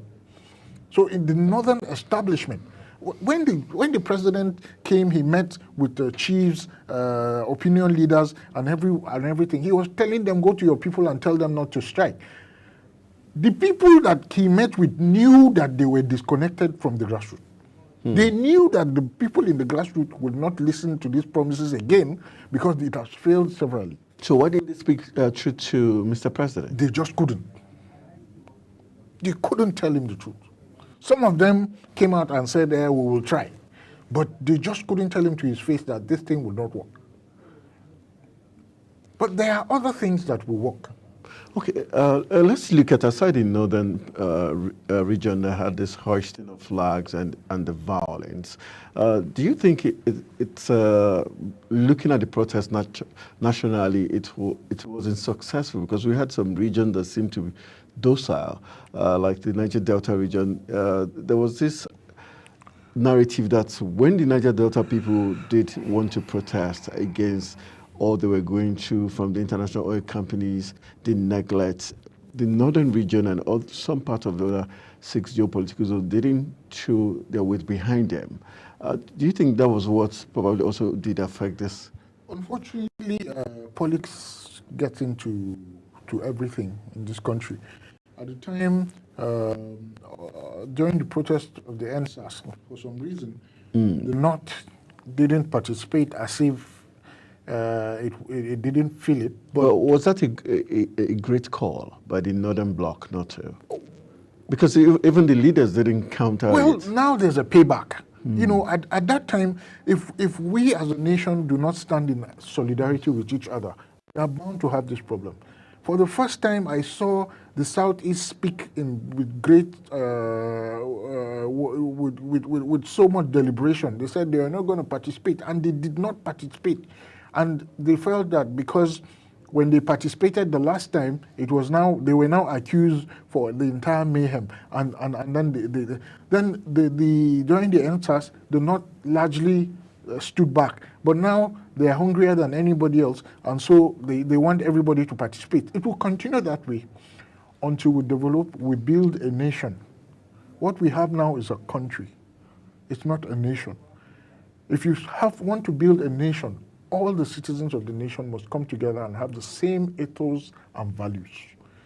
Unless we do that, unless we are united at the grassroots, we'll have factions at the top. And unfortunately, when the ruling class sit together and are deciding the future of this country, they do not consider the thoughts of the grassroots people. They are in it together, they laugh, they slap each other at the back, they share the loot together, and then they send mixed messages to the people at the grassroots. But when it goes bad, and this is the reason, there's a malfunction, there's a dysfunction between the governed and those who govern us. The people in the grassroots do not feel the pinch of whatever is going on in Abuja, and that's why those in Abuja did not have the wherewithal to go back home and tell the people in the grassroots that don't come out for mass protests and all that. There's a disconnect, and it's huge. All right, in case you're just joining us, you're watching Global Money, and we're looking at the general perspective to the hunger protest that has bedeviled Nigeria in the past 1 week and more. We'll be going for a very quick break. When we return from the break, we'll be looking at other angles to these protests and what awaits Nigeria as the protest is gradually grinding down and normalcy returning to the 36 states of the Federation. Stay with us.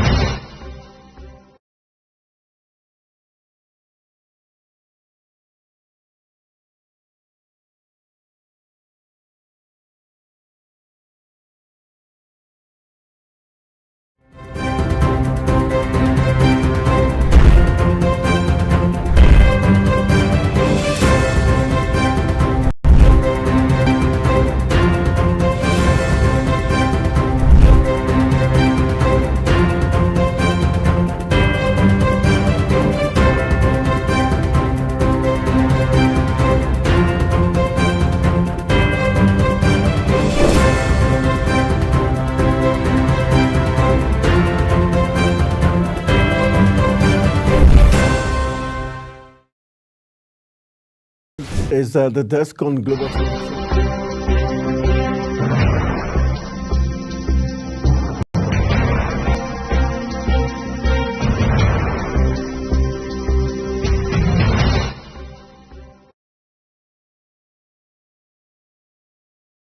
All right, welcome back from that break. We're still looking at the general perspective and x-raying all the angles to the recent hunger protests going on in Nigeria, but gradually coming to a very successful end. We've got Rufon Ibrahim Jero, who is a social development consultant, joining us in live studios to help us x-ray what has gone down and what can be done by the present administration to ensure that we do not have a repeat, and so that all the demands, if not all, majority of the demands would be met by the government.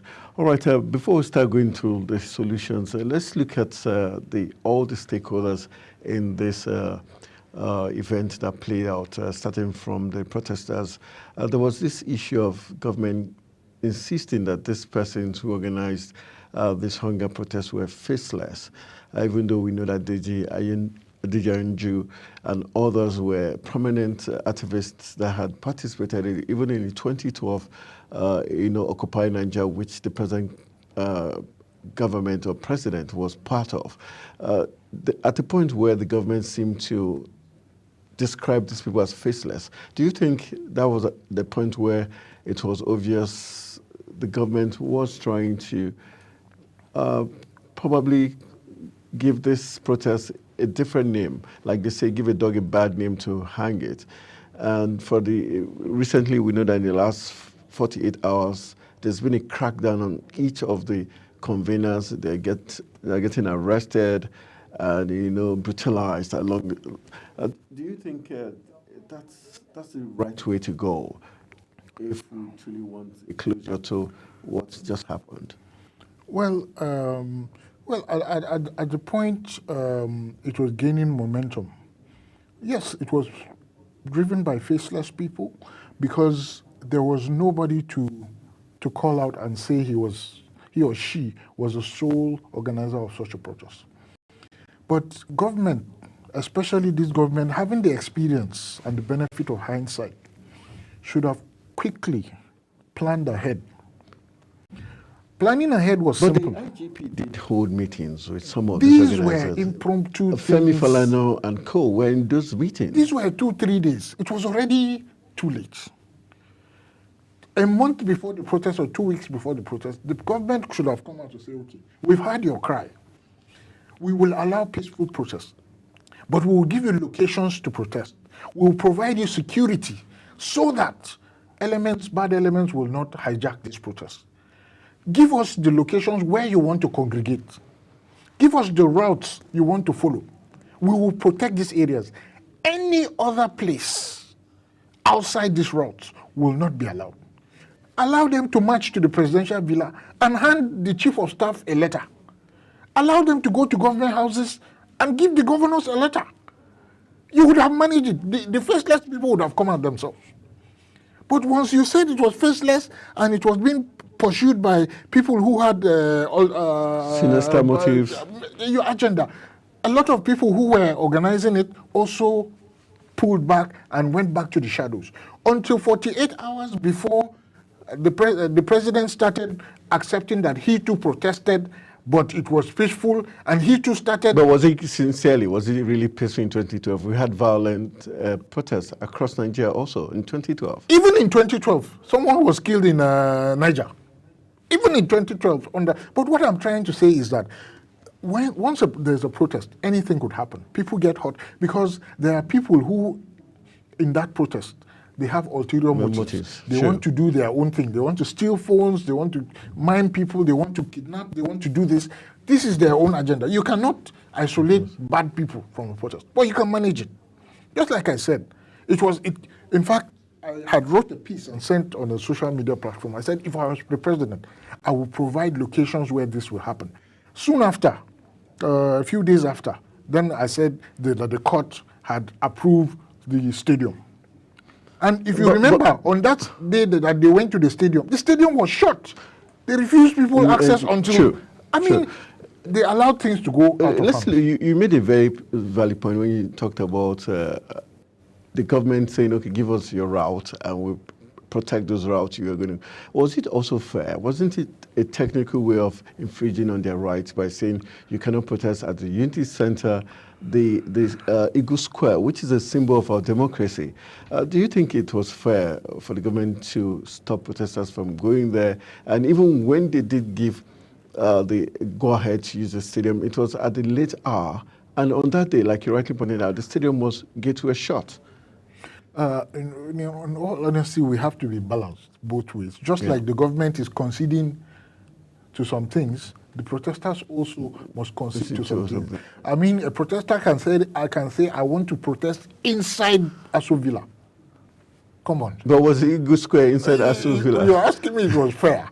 I mean, if the government allows you to protest in, just like I said, give us a list of where you want to protest. We will agree on some and not agree on some. It is fair. Nowhere in the world would any government allow protesters to just have a field day because bad elements will take control. And the unfortunate thing is that organizers of protests do not know bad elements. As vigilant as they think they are, they wouldn't. I was just reading yesterday that Taylor Swift was playing her concert in Austria, and lo and behold, there was a terror plot inside the contest. So it became an issue. So would the fans now accuse the government of trying to profile every fan because of the fear of terror plot? No. So there's an extent to which government and the protesters must go. There are excesses, that like these protesters were clear that they wanted 10 days. Government should have negotiated. So say 5 days because or once 3 you days. have protests that last beyond 48 hours, it is bound to become destructive and viral. And I feel, like I said, I don't think the managers handled it properly.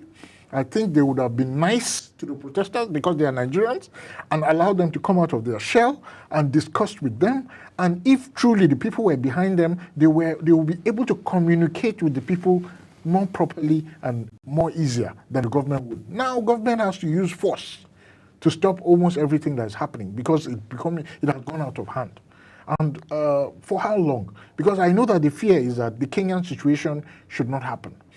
Part of probably why the president did not agree to anything was that probably he was also skeptical that if he gave them an arm, they might ask. If he gives them an arm, they might ask for the whole hand, just like they did in Kenya. So he probably didn't want to concede to anything. That might probably be his fear. But there were genuine reasons why people were out there, and those genuine reasons most of them were not addressed.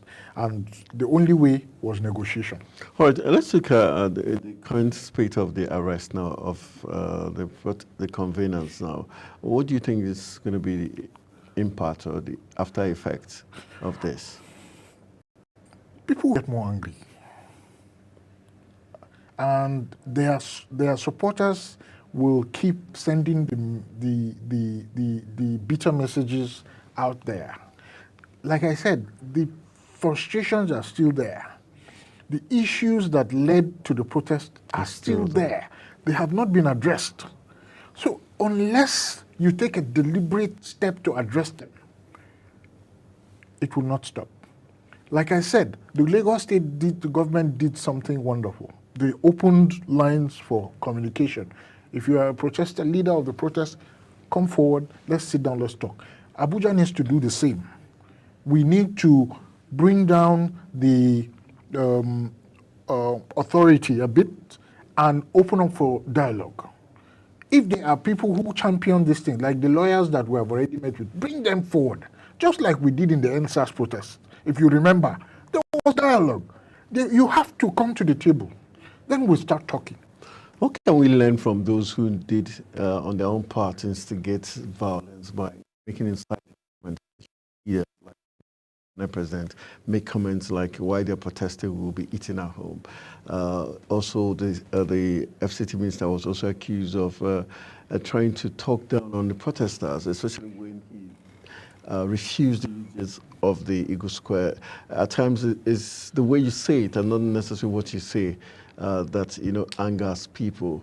Would you say also comments by some leaders also didn't help matters? Absolutely. Those people angered the populace. The comments from the Senate President, the comments from the Vice President, the comments from the Special Advisor to the President on Media, or Bayo Onanuga. Yes. Yeah.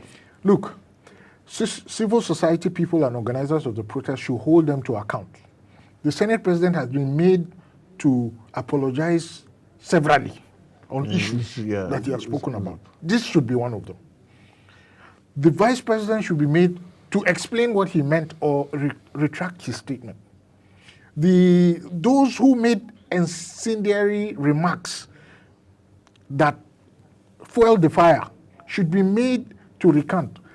And also, on the side of the protesters, those who made it possible for mayhem to happen should be held to account. You cannot organize the protest that you don't know how it will end. You must have specifics. Design your protest in such a way to say, day 1, 2, 3, 4, 5, 6, 7, 8, 9, 10. This is what we want to achieve.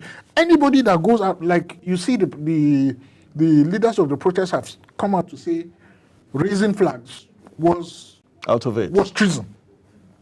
Falana came out to say, look, anybody raising flag should be treated as a treasonable offense. Now, these are strong statements that have gone out there that the people should deal with. Anybody that has been found to raise foreign flags should be prosecuted and jailed without any form of. I mean, they should be given a fair trial. They should know why they were being jailed. It's happened in the UK just yesterday. There's a lot of uprising by people who feel that immigrants have taken away their oppositions in the UK, their opportunities in the UK. Yeah. The judge yesterday sentenced a lot of people who he felt he needed to send a message. The UK is open to everybody, but you must not come and do things that would put the country in the disarray. Exactly. All right, aside now we've done with the protesters and also the conveners.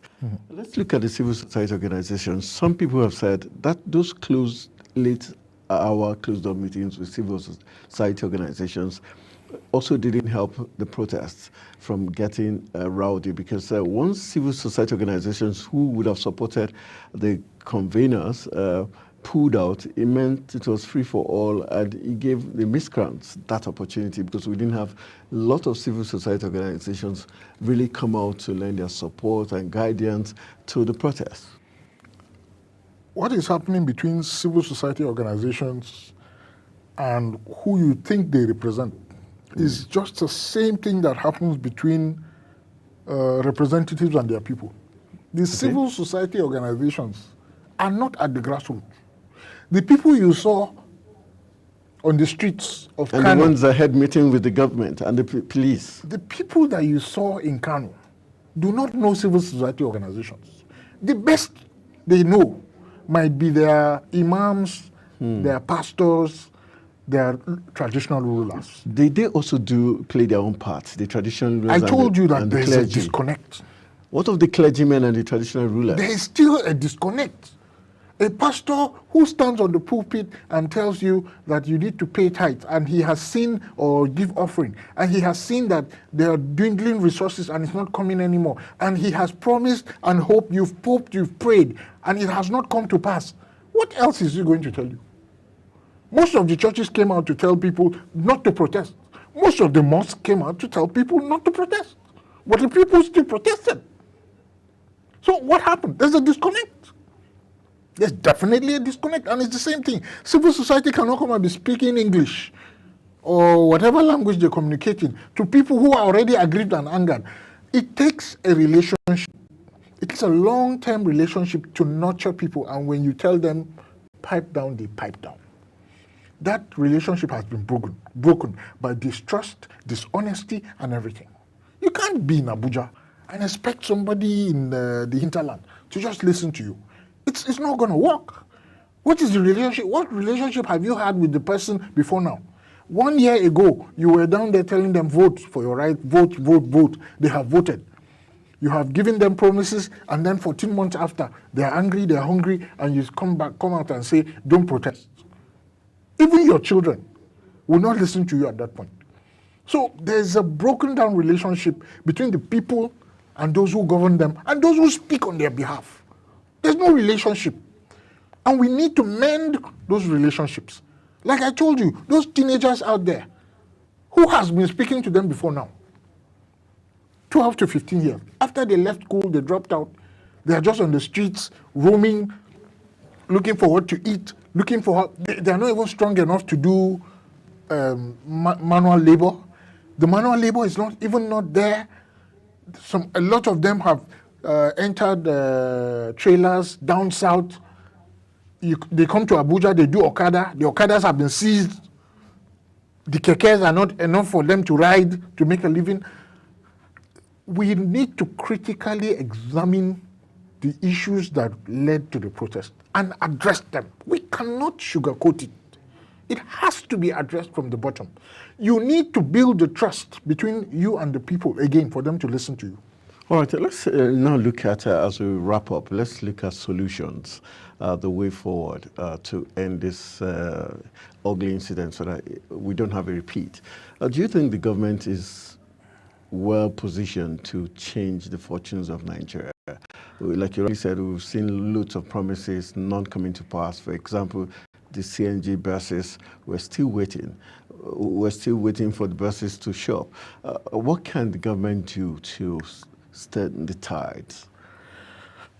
You see, even between the national government and the state government, there's a disconnect. A lot of people have blamed the state government for taking palliatives and not taking it to the poor, for instance. There's discordant tunes between the national government and the state government. The state governments are part of the reason why Nigeria is on the negative statistic in the world. Primary health care, lack of water, universal basic education, all the things that are on the, what do you call them? The development goals? Development goals. Yeah. Sustainable development goals. Most of them lie with the state government. Why should Abuja be buying chalk, syringes, providing drinking water, giving palliatives like rice to a state governor? Why? Someone mentioned to me when I said the state governments are not doing the right thing. And the person said, the federal government knows how to reach the poor if they want to. And I agree. When we want to send ballot boxes to the ward, we know what to do. When we want to send palliatives, we could use the same means. Okay. The people in the villages, we know how to reach them if we mean to. But because the palliatives are not enough, you do not want to hold, because you have enough ballot boxes, but you don't have enough palliatives. So you push it down to the state governors and let them manage it and blame them for it. It's not going to work. The federal government, as a matter of fact, needs to convene an immediate meeting with the state governors and be on the same page. They should be able to, within 48 hours, bring out solutions, immediate solutions. And with increased FAC allocations in the last couple of months. But the FAC allocation has increased, but the spending power has reduced. In 2012, a governor was probably getting up to $300 million. In 2024, he's getting more naira, but he's not getting more than $100 million in a whole year. So the purchasing the power inflation has reduced. And all that. But these are not excuses. We need to work like yesterday to bring these issues to bear. The president needs to meet with the governors. The president needs to immediately give another speech with measures that would communicate with the people. He should tell people, and we do not need to wait for CNG buses. He should give us diesel buses, thousands of them, to move goods and people, just like it was done in 2012. The DBN, Development Bank of Nigeria, you know, those massive mass capacity buses, they came out there, and they were Coaster buses, they were Toyota Hiace buses, and it reduced the cost of transportation. That should be done immediately. I do not subscribe to removal of subsidy. I do not subscribe to it. But there must be alternatives to it immediately. Cost of transportation must go down. There must be palliatives for farmers. Unfortunately, it's almost too late. Fertilizers, there must be seed, there must be security, improved security as a matter of fact. There must be quick wins that should get to the people. And if possible, the president should tour the country as soon as possible. He should visit the 6 regions of this country and convene with, he should not summon the governors to Abuja. He should go to Ogun State, Southwest governors, go to Sokoto State, Northwest governors, go to Adamawa State, Northeast governors, go to Benue and meet. This is the only way Nigerians will begin to feel that he's communicating with them. He should choose languages that are palatable to Nigerians. He should speak what Nigerians will understand and should be specific. He should also cut down the cost of governance.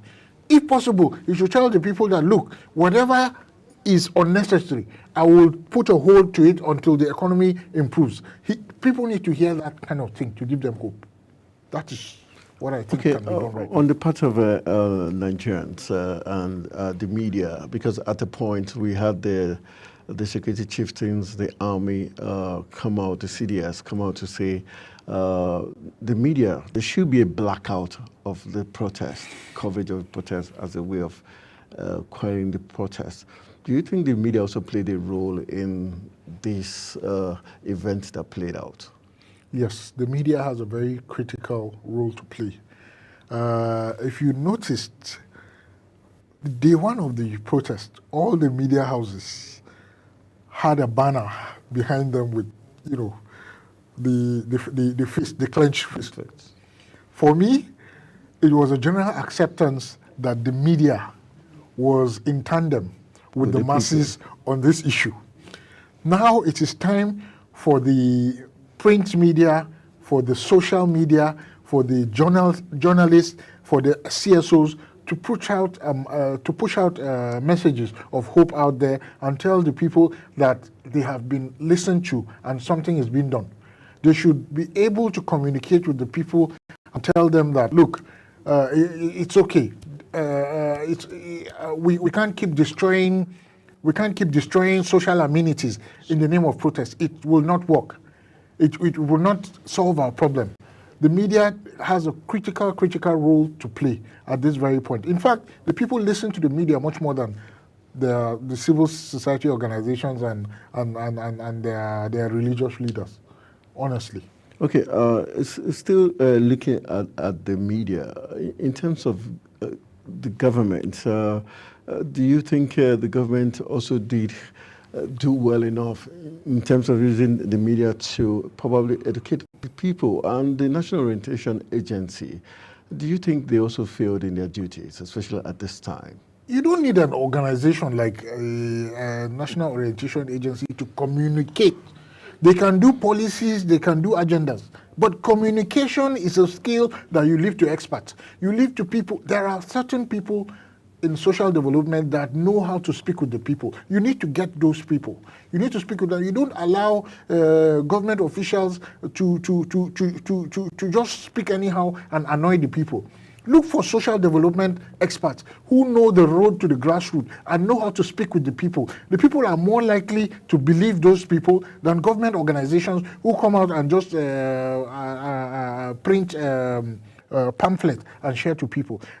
Look, the most remote person who came out to protest, there's a way he can be communicated. Find out how he got communicated to and joined into the process and still reach him through the same means. You cannot stop protests like this with the butt of a gun. It will not work. We are 200 million people. Most of us living below poverty line, angry and hungry.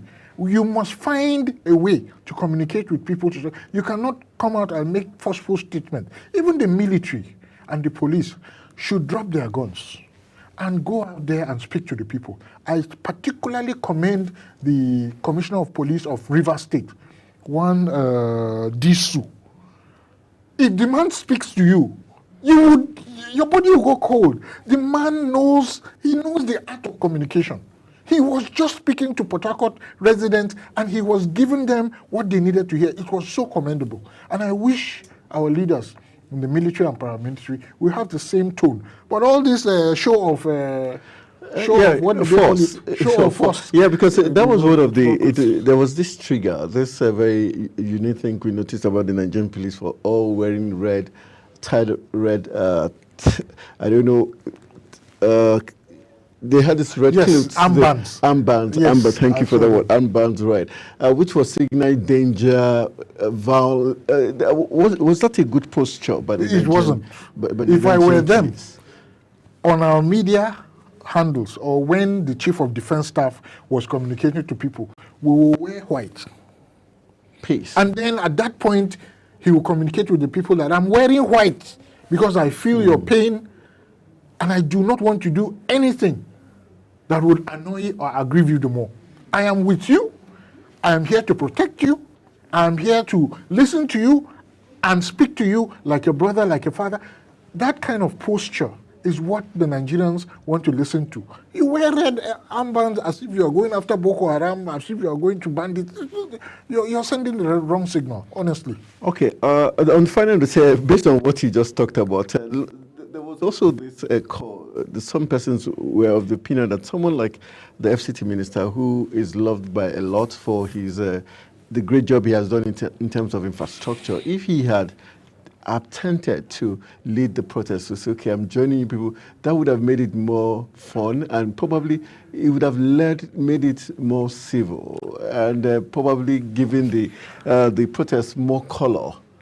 You see, the art of governance is very, very interesting. It is very, very easy to switch, to turn the minds of people. Just like you said, Wike's posture would have been a bit more civil. Instead of these harsh tones, he should have tried to reach out to the protesters and have a round table with them, try to warm up to them, try to identify with them. Look, identifying with people works like magic. If you do that, you will bring down the anger, you bring down the emotions, and people begin to understand that you see them as humans. Not a bull in a pen, just like you're wearing an armband, it's a bull you have in a pen. Okay. But you communicate with people the right way. Honestly, it's bound to downstream. All right, just as we're reaching the business end, we're being joined with one of the co-conveners of the hashtag End Bad Governance, the person of Adakole Ijogi, who is joining us via Zoom. Adakole, I want to say thank you for joining us via Zoom. We're so happy to finally have you join us. I'm in the studio with a social development consultant in the person of Rufon, Ibrahim Jero, in the studio. Let's get your take as regards what has been happening. The last time we spoke, you told me how the security agencies have been hunting you people down. Give us the latest update as regards what's happening. Well, good morning, and thank you for having me. And good morning to my dear friend, Ibrahim. Ibro, it's been a very long time. Okay. Ibro, can you? My producer, let's get the audio higher. Okay, Adakole, just take us through what has happened so far.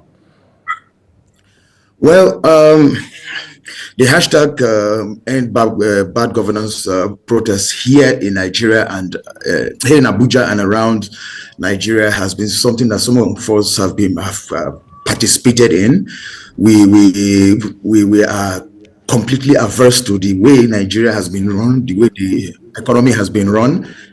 We are looking at situations where we want to ensure that Nigeria is run in a place where we can actually have development, where democracy can provide the dividends that will be advantageous to Nigerians. And well, day one was okay, even though we're still tear gassed in day one. Day two was okay too, we're still tear gassed. The three we have still been tear gassed. That is here in Abuja. And some of us, we got wind from the four that some of us were being haunted by the security agencies. So some of us had to now take a back seat. But what I'm saying here in essence is whether we are being arrested or not being arrested, we're going to still continue with the protest, because the idea of protest is part of the constitutional rights that we enjoy, part of the democracy, part of the governance process. So I think that in all honesty, that we need to have a government that is listening to the demands of our people, to listening to our demands. What the president did in his speech, that speech was completely empty. I think that speech was an embarrassment to the government itself. I think that the government should itemize our demands. And you see something, I must say this, something has to give with regards to this protest. Something has to give. I mean, our demands are clear. We're talking about a reduction in fuel price, a reversal in reintroduction of subsidy. We're talking about reduction in electricity, because I mean, when they came in, it was 86 naira per kilowatt of electricity. Now it's 206 naira per kilowatt. You can't tax a dying people. And you see the issue here, the challenge, the thing that aggravates some of us or gets some of us angry is the fact that the government is introducing policies. Now, most of these policies are not bad, but you need strategy to introduce policy. You don't just introduce policy for introducing policies for policy's sake. Their strategy is wrong. Nobody is saying don't remove the fuel subsidy, but you cannot remove fuel subsidy from day one when you haven't even entered office, from Eagle Square.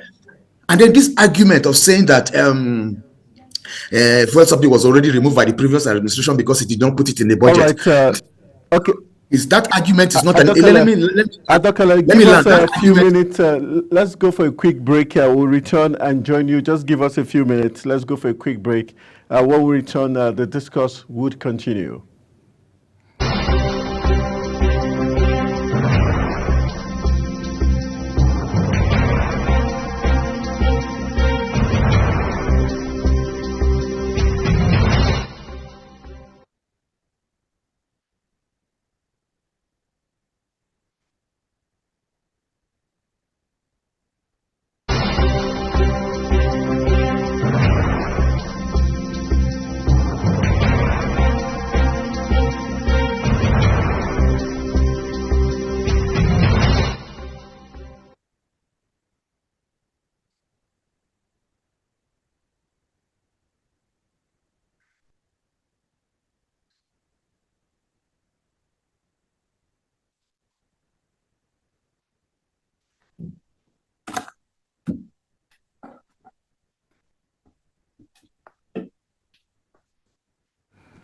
All right, welcome back from that break. We're still talking with one of the co-conveners of the hashtag End Bad Governance that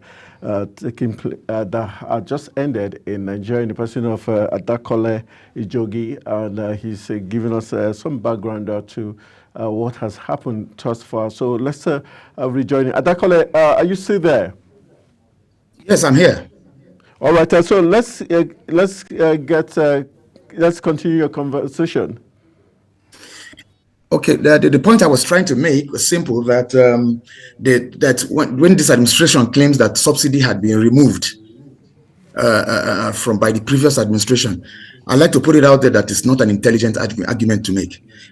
Because if the subsidy was not put in the budget and you came in May and you submitted a supplementary budget for the National Assembly of trillions of naira, you could have introduced fuel subsidy.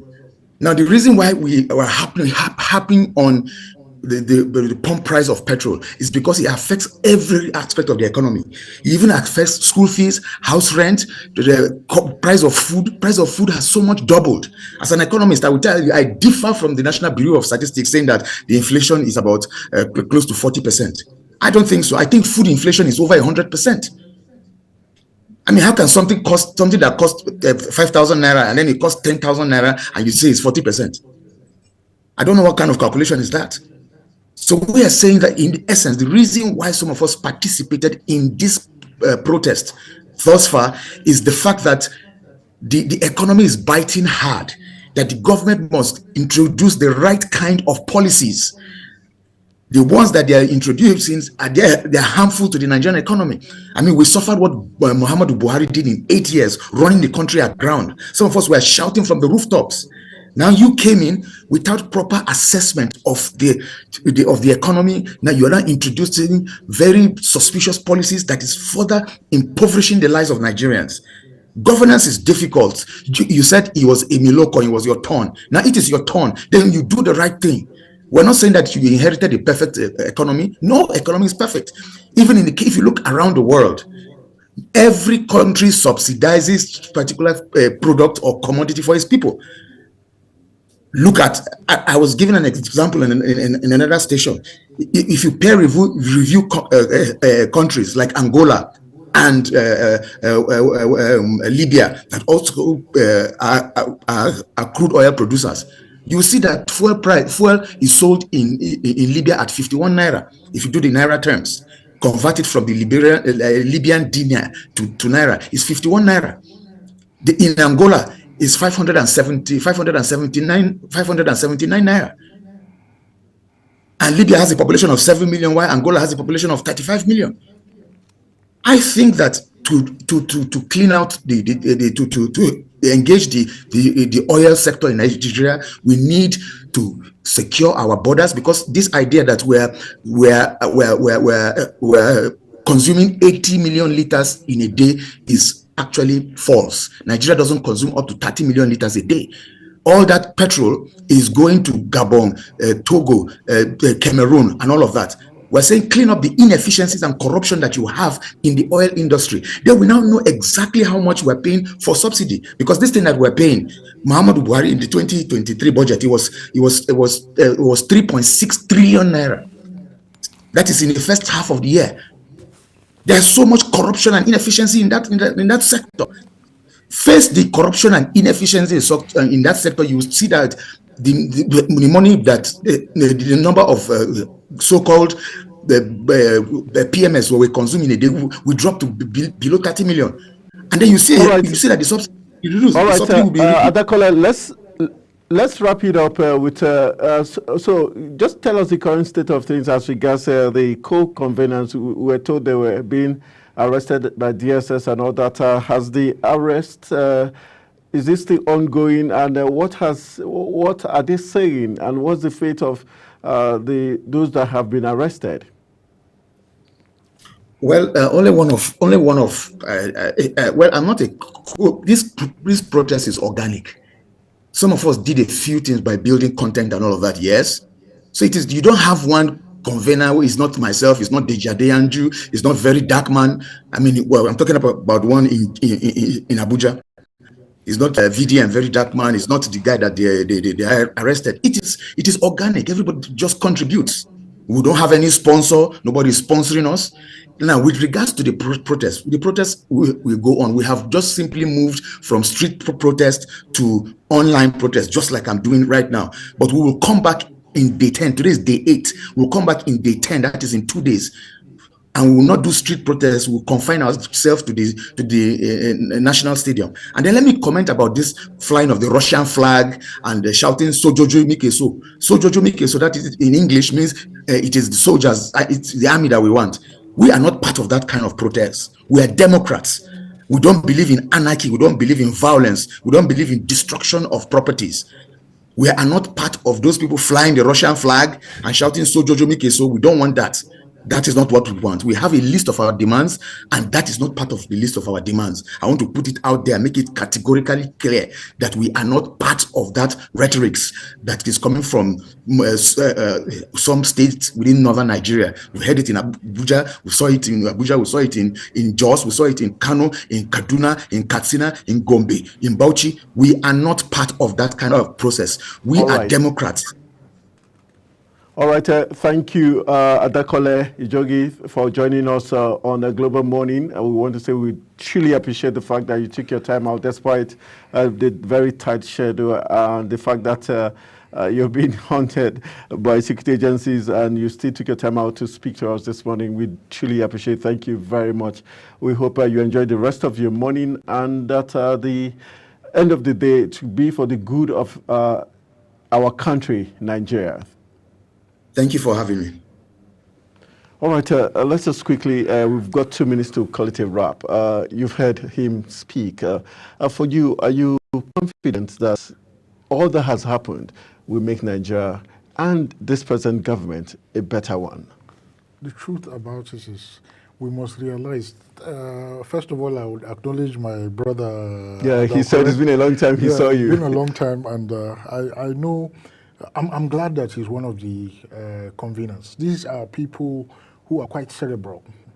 Government should listen. Government has to find a table to listen.